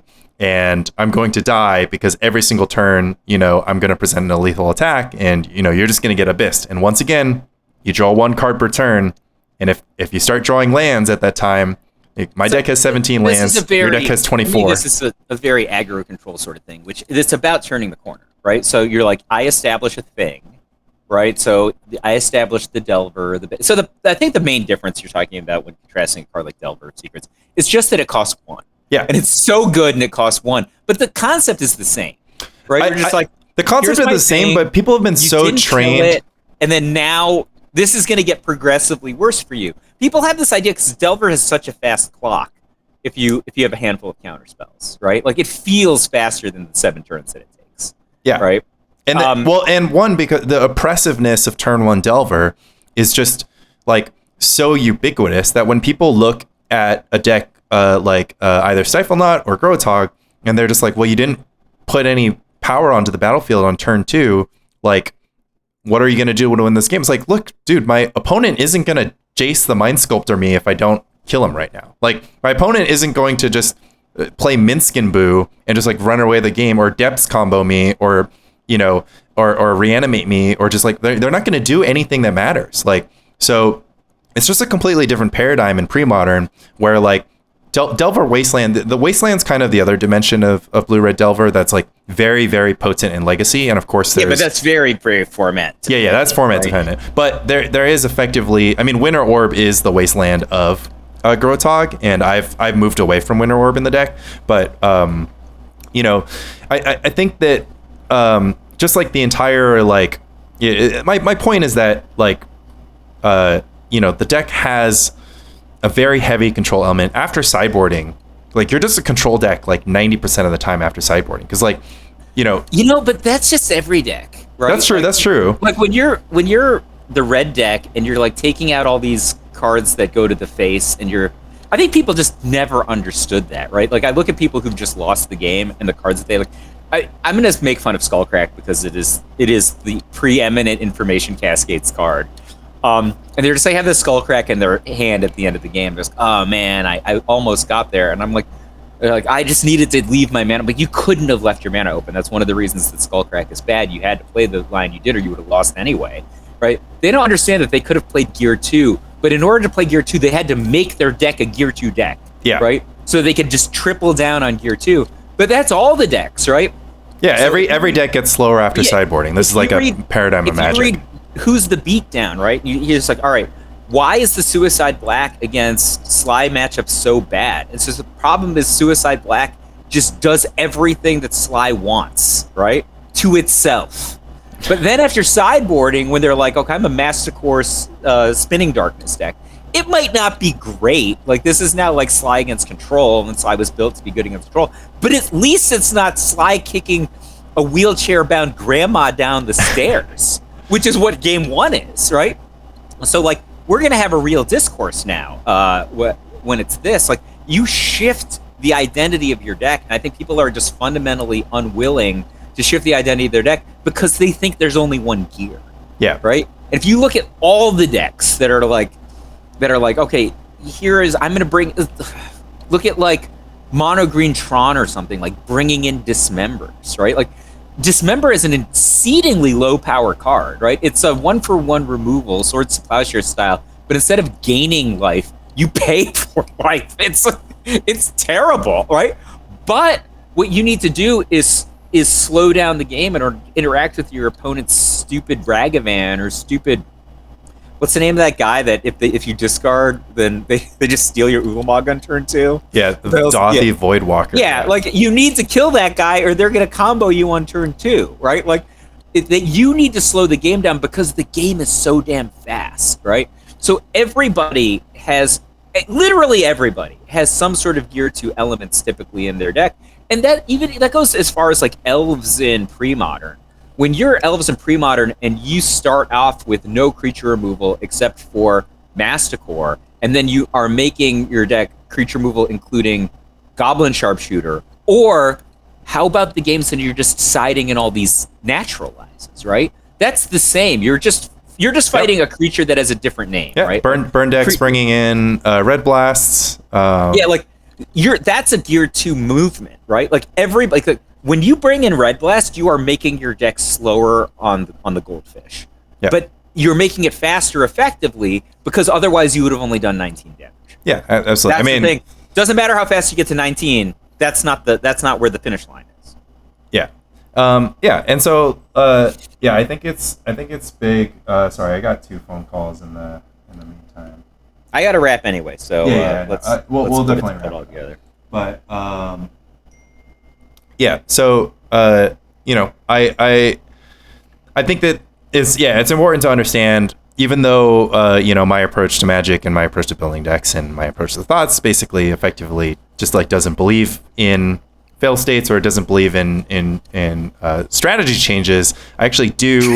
Do you not understand? Okay, wait. This is blowing my mind. I kind of understand that you don't understand Control, right? It's crazy to me that you could be as good as you are and not understand Control. But if you tell me you don't understand who's the beatdown, I don't know what No, I mean, I'm saying that I... How do you not understand who's the beatdown? Like, no, you know that I understand who's the beatdown. I mean, I'm like... girls who have just heard it from Paulo Vitor Damo de Rosa apparently understand. You know I understand. I mean, like, I build... Like, you look at the sideboards that, like, I make, and you know that I understand who's the beatdown. And fundamentally, this who's the beatdown question, is, like, completely why I brought up this kind of identity of the Gro-a-Tog deck, because exactly this, like Gro-a-Tog, people think it's the beatdown so often it's like the control or it's like the suppression. Actually, let me talk for a second about the Gro-a-Tog thing. And the reason I want to talk about this is I actually just want you to answer this because I think it's crystallizing a lot of the stuff that you're trying to get at, right? You're talking around some of this stuff.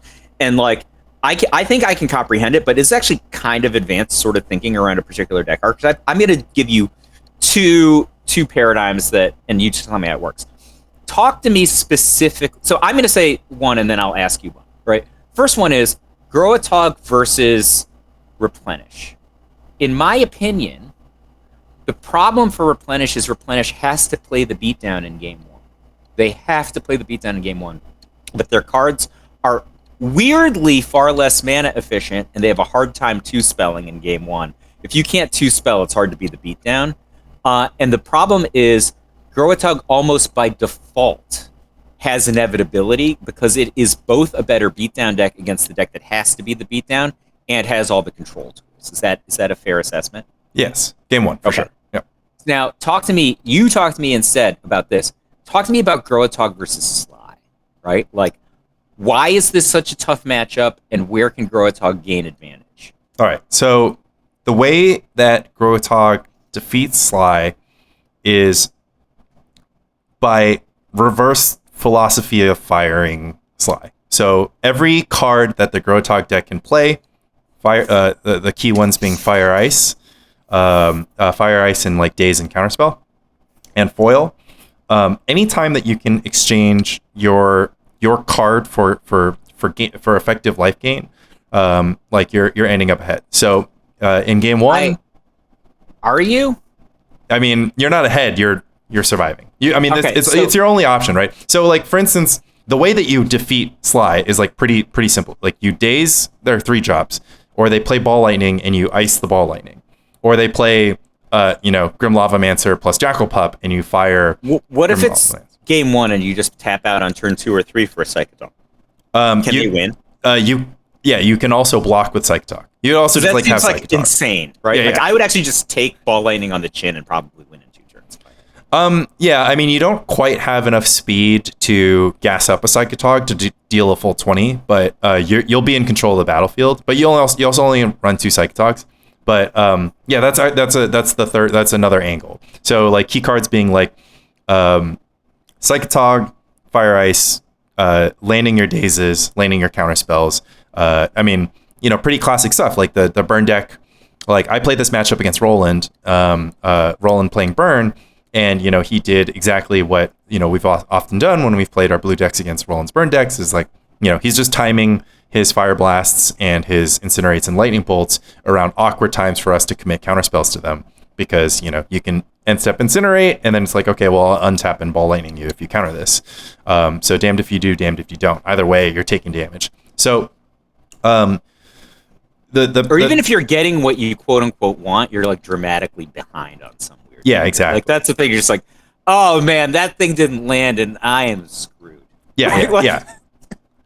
You'll do this thing, you'll exchange cards, and then Roland will be like, cool, I'll Fire Blast you. And you're like, okay, well, I didn't want that to resolve, but I also didn't want everything that came before it to resolve. So that resolves, and I guess you're down 2 mountains, but you've got more mountains, and you've got a Curse Scroll, and I'm also probably dead. But so, the whole, I think that the burn deck is effectively playing Gear 2 against you. They're just keeping Meddling Mage and Quirion Dryad off the table, and then you can't close the game.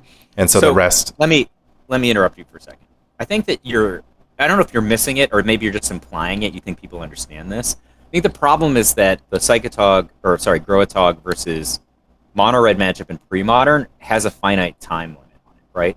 Like if the game goes a certain amount of time, if the game goes an infinite number of turns, then Gro-a-Tog is at a massive advantage. The problem is Gro-a-Tog doesn't have the liberty of an infinite number of turns. Right? Yeah, Gro-a-Tog's lucky if it gets 10 turns. Well, 10 turns is enormous. Yeah, like 7 turns. So the problem is just like, okay, when I was actually like balking of just like, well, I'm just going to take their philosophy of fire units away. The problem is I think that the red deck has inevitability in this matchup because they can determine the length of the game. If they're determining the length of the game, it's only in the cases that you've somehow tapped out for Quirion Dryad on turn 1, it didn't die, or turn 2 or whatever, it didn't die, and you put them on an offensive clock or whatever, that you can determine the end of the game, or the situation I described, which is like you play a Psychotog, it doesn't die, and you go to town, you can win in a finite number. Well, so let's talk about. I just want a quick detour. The play pattern with Quirion Dryad is effectively to not run it out until you can play like. So you don't run it out until you can put it out of shock range, and then once it's out of shock, like. So let me just describe the scenario. You play Quirion Dryad, you have like an opt or 2 in your hand, or a Daze or 2 in your hand. So you play Dryad, you're trying to catch shock plus something else with that Dryad, right? So if they Lava Dart it, that's like super bad for them because then you can just opt, right? But if they shock it, you have to go opt plus Daze. Once you opt plus Daze, then they'll invest like a Bolt into it or an Incinerate, or like whatever, because once it's on the battlefield and it's a 4/4, they're in big trouble. So if you can ever get into a situation where you can play Dryad, follow it up with a cantrip, follow it up with maybe a gush, protect it from that last burn spell with a foil or a counter spell, then that's like another way you can escape the burn. Imagine you're on the play and your hand is City of Brass, Island, Mox Diamond, Days, Kyrian Dryad, X and Y. Yeah, you don't jam. Just play it first turn. No, you jam if you have my Days. My Dryad is in play. You jam if you have Days. You kind of screwed that example by putting Days in the hand. The hand's much more I'm interesting. Just saying it's in play. If me. The hand's much more interesting if it doesn't have Days. I wouldn't run it on in turn 1 with no Days. Ooh, yeah. I mean, they have a lot of. Let's go with Firebolt, Seal of Fire. Let's say it's counterspell. All kill it. Let's say it's counterspell. Then it's a lot more interesting. So last night in our sealed deck match, I had Scavenging Ooze, which is one of the best cards in our matchup, in my opening hand, and a ton of forests. Right. So I actually just didn't play it out because I didn't want it to get killed, and I let you hit me a couple of times. And at some point, I was just like had 4 forests in play. Didn't draw any of my other colors, and I'm like, this Scavenging Ooze is going to sneak trade the card here, right? And so I played it, and you just like firebolted it, and it sucked. The card it traded with was Firebolt. Yeah, which is like a half of a card. And so I think like there's going to be games where you're just like, my Kyrian Dryad is now a Scavenging Ooze from sealed deck. It's not gaining any life. If it gains, it gains 2 life. It gained 2 life. Yeah. So I will play it. I'll play it against the Jackal Pup. Right? It's like I'm going to blow your mind. I think maybe you should test this a little bit differently. I'm happy to test this from the other side with you. I think that you might be taking the wrong approach with Gro-a-Tog in this matchup. I think you purely have to be the beatdown. They have inevitability. You need to make the game short. If you're just trading with Philosophy of Fire units, they still have inevitability. They're just in gear 3. Well, I agree. To end the game. And if you end the game instead of them ending the game, that means you won. Well, the goal, the reason... Just stalling a Meddling Mage for a Firebolt or a Scavenging Ooze that gained no life for half of a card is not going to end the game successfully for you. No, I agree with this. Like, it's mostly just like the only way that I've won, right, is if the burn player is short on mana and they can't, like, double spell. So you only win the games when they're, like, mana screwed. Yeah, basically. And then also... I think you need to change your... I don't know that your matchup's going to get great, but I think that you need... that you... Unfortunately, the deck only has 10 creatures, so you can't even like take a beatdown stance if you don't draw it that way. And then let's go. But the other facet of it is really just like you can draw more cards in the burn deck, specifically if you can Ice Ball Lightning and if you draw a lot of Gush. Like you can also draw more cards. So those are like your sideboard plan against them. Oh, I just gave up. Otherwise, I just bring 4 Chill. I think why wouldn't you just play cards like Tempting Worm? Tempting Worm seems great against them. For you, it's like right into your game plan. Oh, I'm down. You know how Hidden Gibbons was bad in the Rock? I think it might be fantastic here. Hidden Gibbons, huh? Right, because if they only play creatures and I remove all the creatures, they have to play instants. Yeah, they have to set it up, right? So here's the thing. What if instead of Burn being your worst matchup, it's your best matchup? And you're just like, sometimes you're going to win game 1 more often than you were before because your paradigm is different. But now, whatever nonsense you have in your sideboard is now just Tempting Worm and Hidden Gibbons. And you're just like, I'm devoting a lot of my sideboard to Burn because it's a popular deck that I'm not good against. And by the way, these cards are actually pretty good. Tempting Worm is really good against Standstill, so. Yeah, so, like, I don't know, Lanny. I don't know what's in your sideboard right now because I don't have the deck list in front of me. Oh, I got nothing. I have literal nothing. It's 4 Engineered Plague, 2 Annul, 1 Ray of Revelation, 2 Disenchant, 1 Winter Orb, 1 Armageddon. Is that 50? That's insane. And 4 Swords of Plowshares. Yeah, so you're bringing in Swords of Plowshares now, which is utterly unexciting. Yep. But it's good against 12. But your 12 is actually one of your best matchups. So. It's one of my best matchups on the back of Meddling Mage. like. Yeah, but you could just like annul disenchant them also. I think I would be willing to cash in cards like Ray of Revelation, some number of Swords of Plowshares, and Winter Orb in order to get Tempting Worm in there. Because I in my imagination, this is now one of your best matchups. This sounds fantastic. Mike has played 100 matchups in his head, and he's like, well, you lose a lot of game 1s, but you get game 2 and 3 every time with Tempting Worm. Like, turn 1 Portent, you're always finding the Tempting Worm on turn 2. What are they going to do? You're a much more disciplined mulligan player than I am, right? So, like, you could I think that you would just win a lot. Do you think you win more mulling to turn 2 or 1 tempting worm versus turn 2 or 1 chill? Yeah. Who cares about chill? If you're on the draw, chill doesn't even win the game. You're just like 2 guys, and then you're chill, and you're just like, all right, I'm going to deal 6 to you. Yeah, it's tough. I mean, you need I really love 4 Engineered Plague in the deck right now, but I could see changing it up. I'm not talking about cutting Engineered. I'm a big fan of decks that can cast Engineered Plague. I think Engineered Plague is underplayed.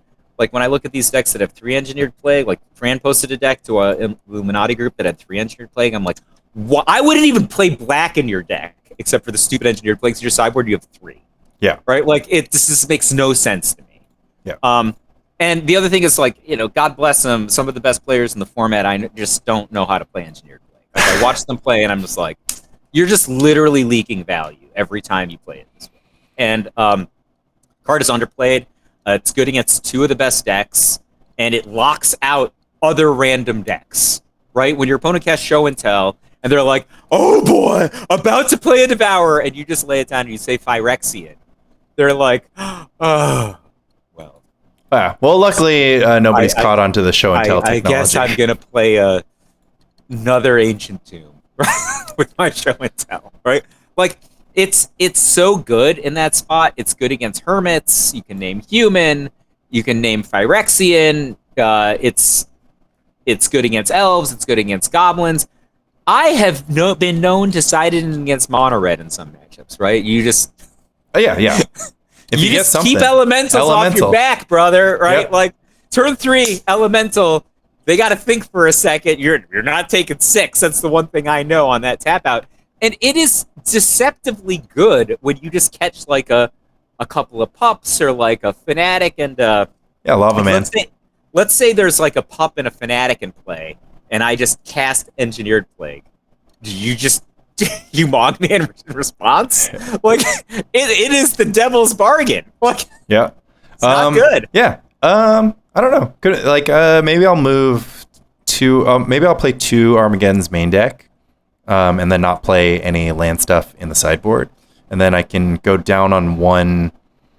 I mean, Ray of Revelation was because Parfait was in the format, so maybe Ray of Revelation isn't a card anymore, and then. And then, don't you want to play like a Disenchant and a Naturalize instead of 2 Disenchants? No, my deck has 12 white sources or 13 white sources and only 8 green sources. Okay, well, whatever you say. The thing that I'm thinking is just I'm in love with this new tempting worm technology, and I think like I might be a Gro-a-Tog converted. As soon as the deck can beat Burn, you're just like, I'm in. Dude, I just 12. What are the last 3 decks I played? 12, green, white, life. Turn 3, gain a trillion life. Yeah, there are not that many tracks to my mind. Fair enough. But I am pretty excited to have 3 guys Blessings for Remains. Let me tell you, that's going to be a riot. Well, that was one episode. You heard it here first. Loop Junction, Mulch Oath, and Gro-a-Tog with 4 Tempting Worm in the sideboard. I am pretty excited to keep working on Gro-a-Tog. It's an archetype that, like, again, there's so many doubters out there, and I'm 1-1 with Gro-a-Tog in the PSS. Maybe I make it to the top 4 and we can showcase a little bit more action. Hoping to. I don't know actually. What would your prediction have been? So I am 1-1 with Gro-a-Tog, 1-1 with Parfait. Replenish is the only deck that could potentially 2-0 in a 6-round set in the PSS. So right now, our predictions were identical, right? We both had Will Hurst, Lanny Huang, Rich Shea, and Tom Metelsky in our top 4. Looks like Will Hurst wheels came off after a strong start against Lanny Huang, right? Lanny Huang above 500. Tom Metelsky should be X and O. No offense, Tom. You should be X and O right now, brother. And Tom Metelsky's Slayer, Jared the godfather of Premodern, the Siege Gang commander himself. Yeah, is basically locked. So we were off on that. Jared performing fantastic. Couldn't happen to a better pillar of the community. So Jared and Tom, I'm still pulling for Lanny, and fourth spot, in my opinion, is still going to go to Rich, and Rich is going to spoil from the bottom, I think. Because that's a Rich Shea kind of thing to do. Let's talk about Rich's path to the top. Nobody made him play goblins. Next week. Right now. Nobody held a gun to Rich Shea's head and said, tell you what, Rich, you're so good at everything except for just attacking with idiot creatures. Why don't you just fill your deck with, 40 idiot creatures? See how that goes. So Rich's path to the final here is going to be Will Hurst next week. He gets a stunning, exciting matchup of Fluctuator versus Blue. It's blue-white. Blue-white Dreadnought against Fluctuator. The literal worst matchup for Fluctuator. So if you thought Will Hurst's Raffle stomping at the hands of Alvaro with Mono Blue was bad, try a deck with Meddling Mage. Yep. I'm going to name Drain Life. But that will only put Rich to a paltry 3-3 when 4 gets you the check mark, and not even then because of tiebreakers. Yeah. Who do you think is Rich Shea's end boss for the top 4? Is it Lanny Huang? It's Lanny Huang. And it's in an exciting three deck choice because it's week 7. So we'll have all 3 of our decks. Nope, we'll just get it. We just pick. Oh, okay. So Rich is winning next week. Yes. Who's your matchup next week? My next matchup next week is Jared Doucette. Oh, Jared Doucette in the Rock versus Replenish matchup. Lanny Rock versus Lanny Replenish matchup. Having played this matchup, I know who's favored. And you claim that Elves is the best matchup for Replenish? Yes. As the highest performing Replenish player in the history of Premodern, if someone were that, I'm not claiming to know that person or anything, but imagine that you were that person for a second. That person will tell you right now they would much rather play against the Rock than Elves. Elves can combo you on turn 3. The Rock has no path to victory. The only saving grace, I think, in this matchup is that unlike Jeff White Weenie, you don't have Arcane Denial in your sideboard. So it is potentially feasible that you get caught by Haunting Echoes. Yep. But you kind of have to cooperate. That's the thing. Haunting Echoes, like, if you're not like, I'm going to attunement and frantic search all my stuff into my graveyard and then say go, right? Like the Echoes is like, it could get something, that's okay, but like it's not the be all end all if you're playing strategically. And I wonder if Jared Doucette has listened to all of my appearances on other people's Premodern podcasts. Mano and I were laughing about this last night. I'm not going to repeat it now under the possibility that he's listening to this one. But there are a large number of cards that glue his deck together that he can't actually play for fear of losing immediately. So I'll leave it at that. Let's just straight up lose the game. We'll leave it at that. So it's going to be exciting PSS. Rich has to get through me to top 4. Well, he's going to get through Will, right? Like that's a tragedy. Yeah. How did Will has Fluctuator, which is just the definition of an auto win deck in the format, and he lined it up against the only deck it can't beat twice. Yeah, it was just it's just like an unfortunate path for him. I guess Gro-a-Tog is almost as bad, but not quite as bad as but he didn't. He never had to fear that. Because it was three lists available. Let's just put it this way, right? I played against Will. I had to play my Gro-a-Tog deck because Fluctuator would have crushed my other 2 decks. Metelsky played against Will. Metelsky had to play his Blue-White Dreadnought deck because, again, just to scare off the Fluctuator. He has to scare off Fluctuator. Alvaro played against Will. He had to play Dreadnought, scare off Fluctuator, but of course that was locked in, so he was forced to play Fluctuator. And then Rich, once again, forced to save his Blue-White Dreadnought deck for the Fluctuator matchup.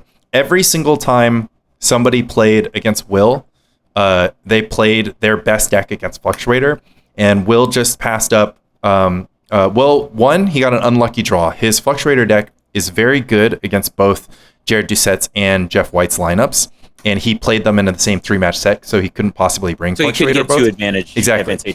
But he also just got 2 in his head, as we discussed last week, bringing Fluctuator against Goblins, thinking that was a losable matchup for Fluctuator. It truly is not. It is. I mean, it's losable. I mean, yeah. Flint lost to goblins. Goat lost at LobsterCon with top decked Siege Gang. But yeah, it's like, if not against goblins, like, when were you going to catch that win is the big question. So very, very difficult road for Will. The tiebreaker math could just go completely insane. What's Jeff White's third deck? Jeff White has Elves, Goblins, and Replenish. So Jeff is playing Elves next week against Mike Arnold. Mike Arnold's path is exciting. Mike has to fight Jeff in the Jeff's Guide Angels deck against Elves, and then he's going to be playing an open 3 against Tom Metelsky in the final week. But Tom can punt at that point. It doesn't matter, right? Yeah, Tom is likely locked, and Jared is very, very likely locked because Jared has outstanding breakers. My breakers are also really good. So the first breaker is head-to-head. The second breaker is game win percentage. And Jared and I actually have the same game win percentage because all my losses are 1-2s and all of Jared's wins are 2-1s. So that's a fun fact. Wait, so who's Jared playing this week? So Jared is going to face off against me. You already told me that. So it's black-green against blue-white. Yeah, I'll run it down. So we have Will Hurst against Rich Shea. That is Fluctuator against Rich Shea's. Sorry, Will. Dreadnought. I have no questions. We have Alvaro Glindo versus Tom Metelsky. Tom's last deck is the Rock, and Alvaro's last deck is going to be his Tinker deck. So it's going to be Rock versus Tinker. That's actually kind of a cool one. That's a good draw for Alvaro. I think Alvaro's got that one. Yeah. No offense to Tom, but the Rock is only a 40. The Rock's like a 44% win deck, not even 46%. And what are you going to do about a 4/4 for 4 that makes it discard a card every turn? Yeah. No answer. I mean, there's literally no answer in your deck for 4/4 for 4 that has to discard a card every turn. Is that correct? The Diabolic Edict, but you have to catch it on a Diabolic. I mean, the bigger dimension of that is just that the Tanglewire deck plays exceptionally well against decks that are majority sorcery speed. So the Tanglewire Winter Orb setup is going to be very effective against the Rock. The Rock is one of the easiest decks to lock out from the Tinker side. So as long as Alvaro is able to line things up, Metelsky will merely have access to 4 total Naturalize after sideboarding and a single Crumble. So it's going to be... Pernicious Deed, a fast Pernicious Deed is still a great prophylactic against Alvaro's entire deck. It'll be hard to stick Pernicious Deed against turn 2 Tanglewire, both on the play and the draw. So, so that's a good one for... Anyway, I'm calling Alvaro this week. Yeah, that's good. I've got Alvaro as well. We've got Mike Arnold playing Angels versus Elves. I gotta like... Wow, that's a cool matchup. I like Angels in this matchup. Yeah, I like Fire Ice, Meddling Mage naming Survival of the Fittest. And Pyroclasm after sideboarding. After sideboarding, we have 2 Pyroclasm. You know that deck well, of course, because you played I played both sides of this matchup. Yeah, we got bolts, 4 Bolt, 4 Plow, 4 Fire Ice, and then Meddling Mage on Survival, and just as a backup, 2 main deck Disenchant. Arnold on the play, just... Meddling Mage on Survival of the Fittest, like the Elves deck does not have a lot of gameplay. Well, it's always possible play that a bunch of 1/1s. It's always possible that his mana just doesn't cooperate with him. So that is a strong possibility. Having played Arnold's deck, I can tell you, it is. I mean, pre-modern mana bases that are not one color are often comical. As an dyed-in-the-wool blue-red Dreadnought player, I can tell you, Mountain Gush is nothing pretty to look at. You still get a turn 2 kill off of that a lot of the time, but it's not pretty to look at. Mike's mana base makes Mountain Gush look like a paradise. Yeah, so so that'll be a cool spread. I could see that going either way, but I do put the advantage on Angels, and then we talked about huge advantage. I mean, like Fire Ice, Pyroclasm, Meddling Mage. Yeah, and then we'll talk. We talked plenty about me against Jared playing the Rock against Replenish.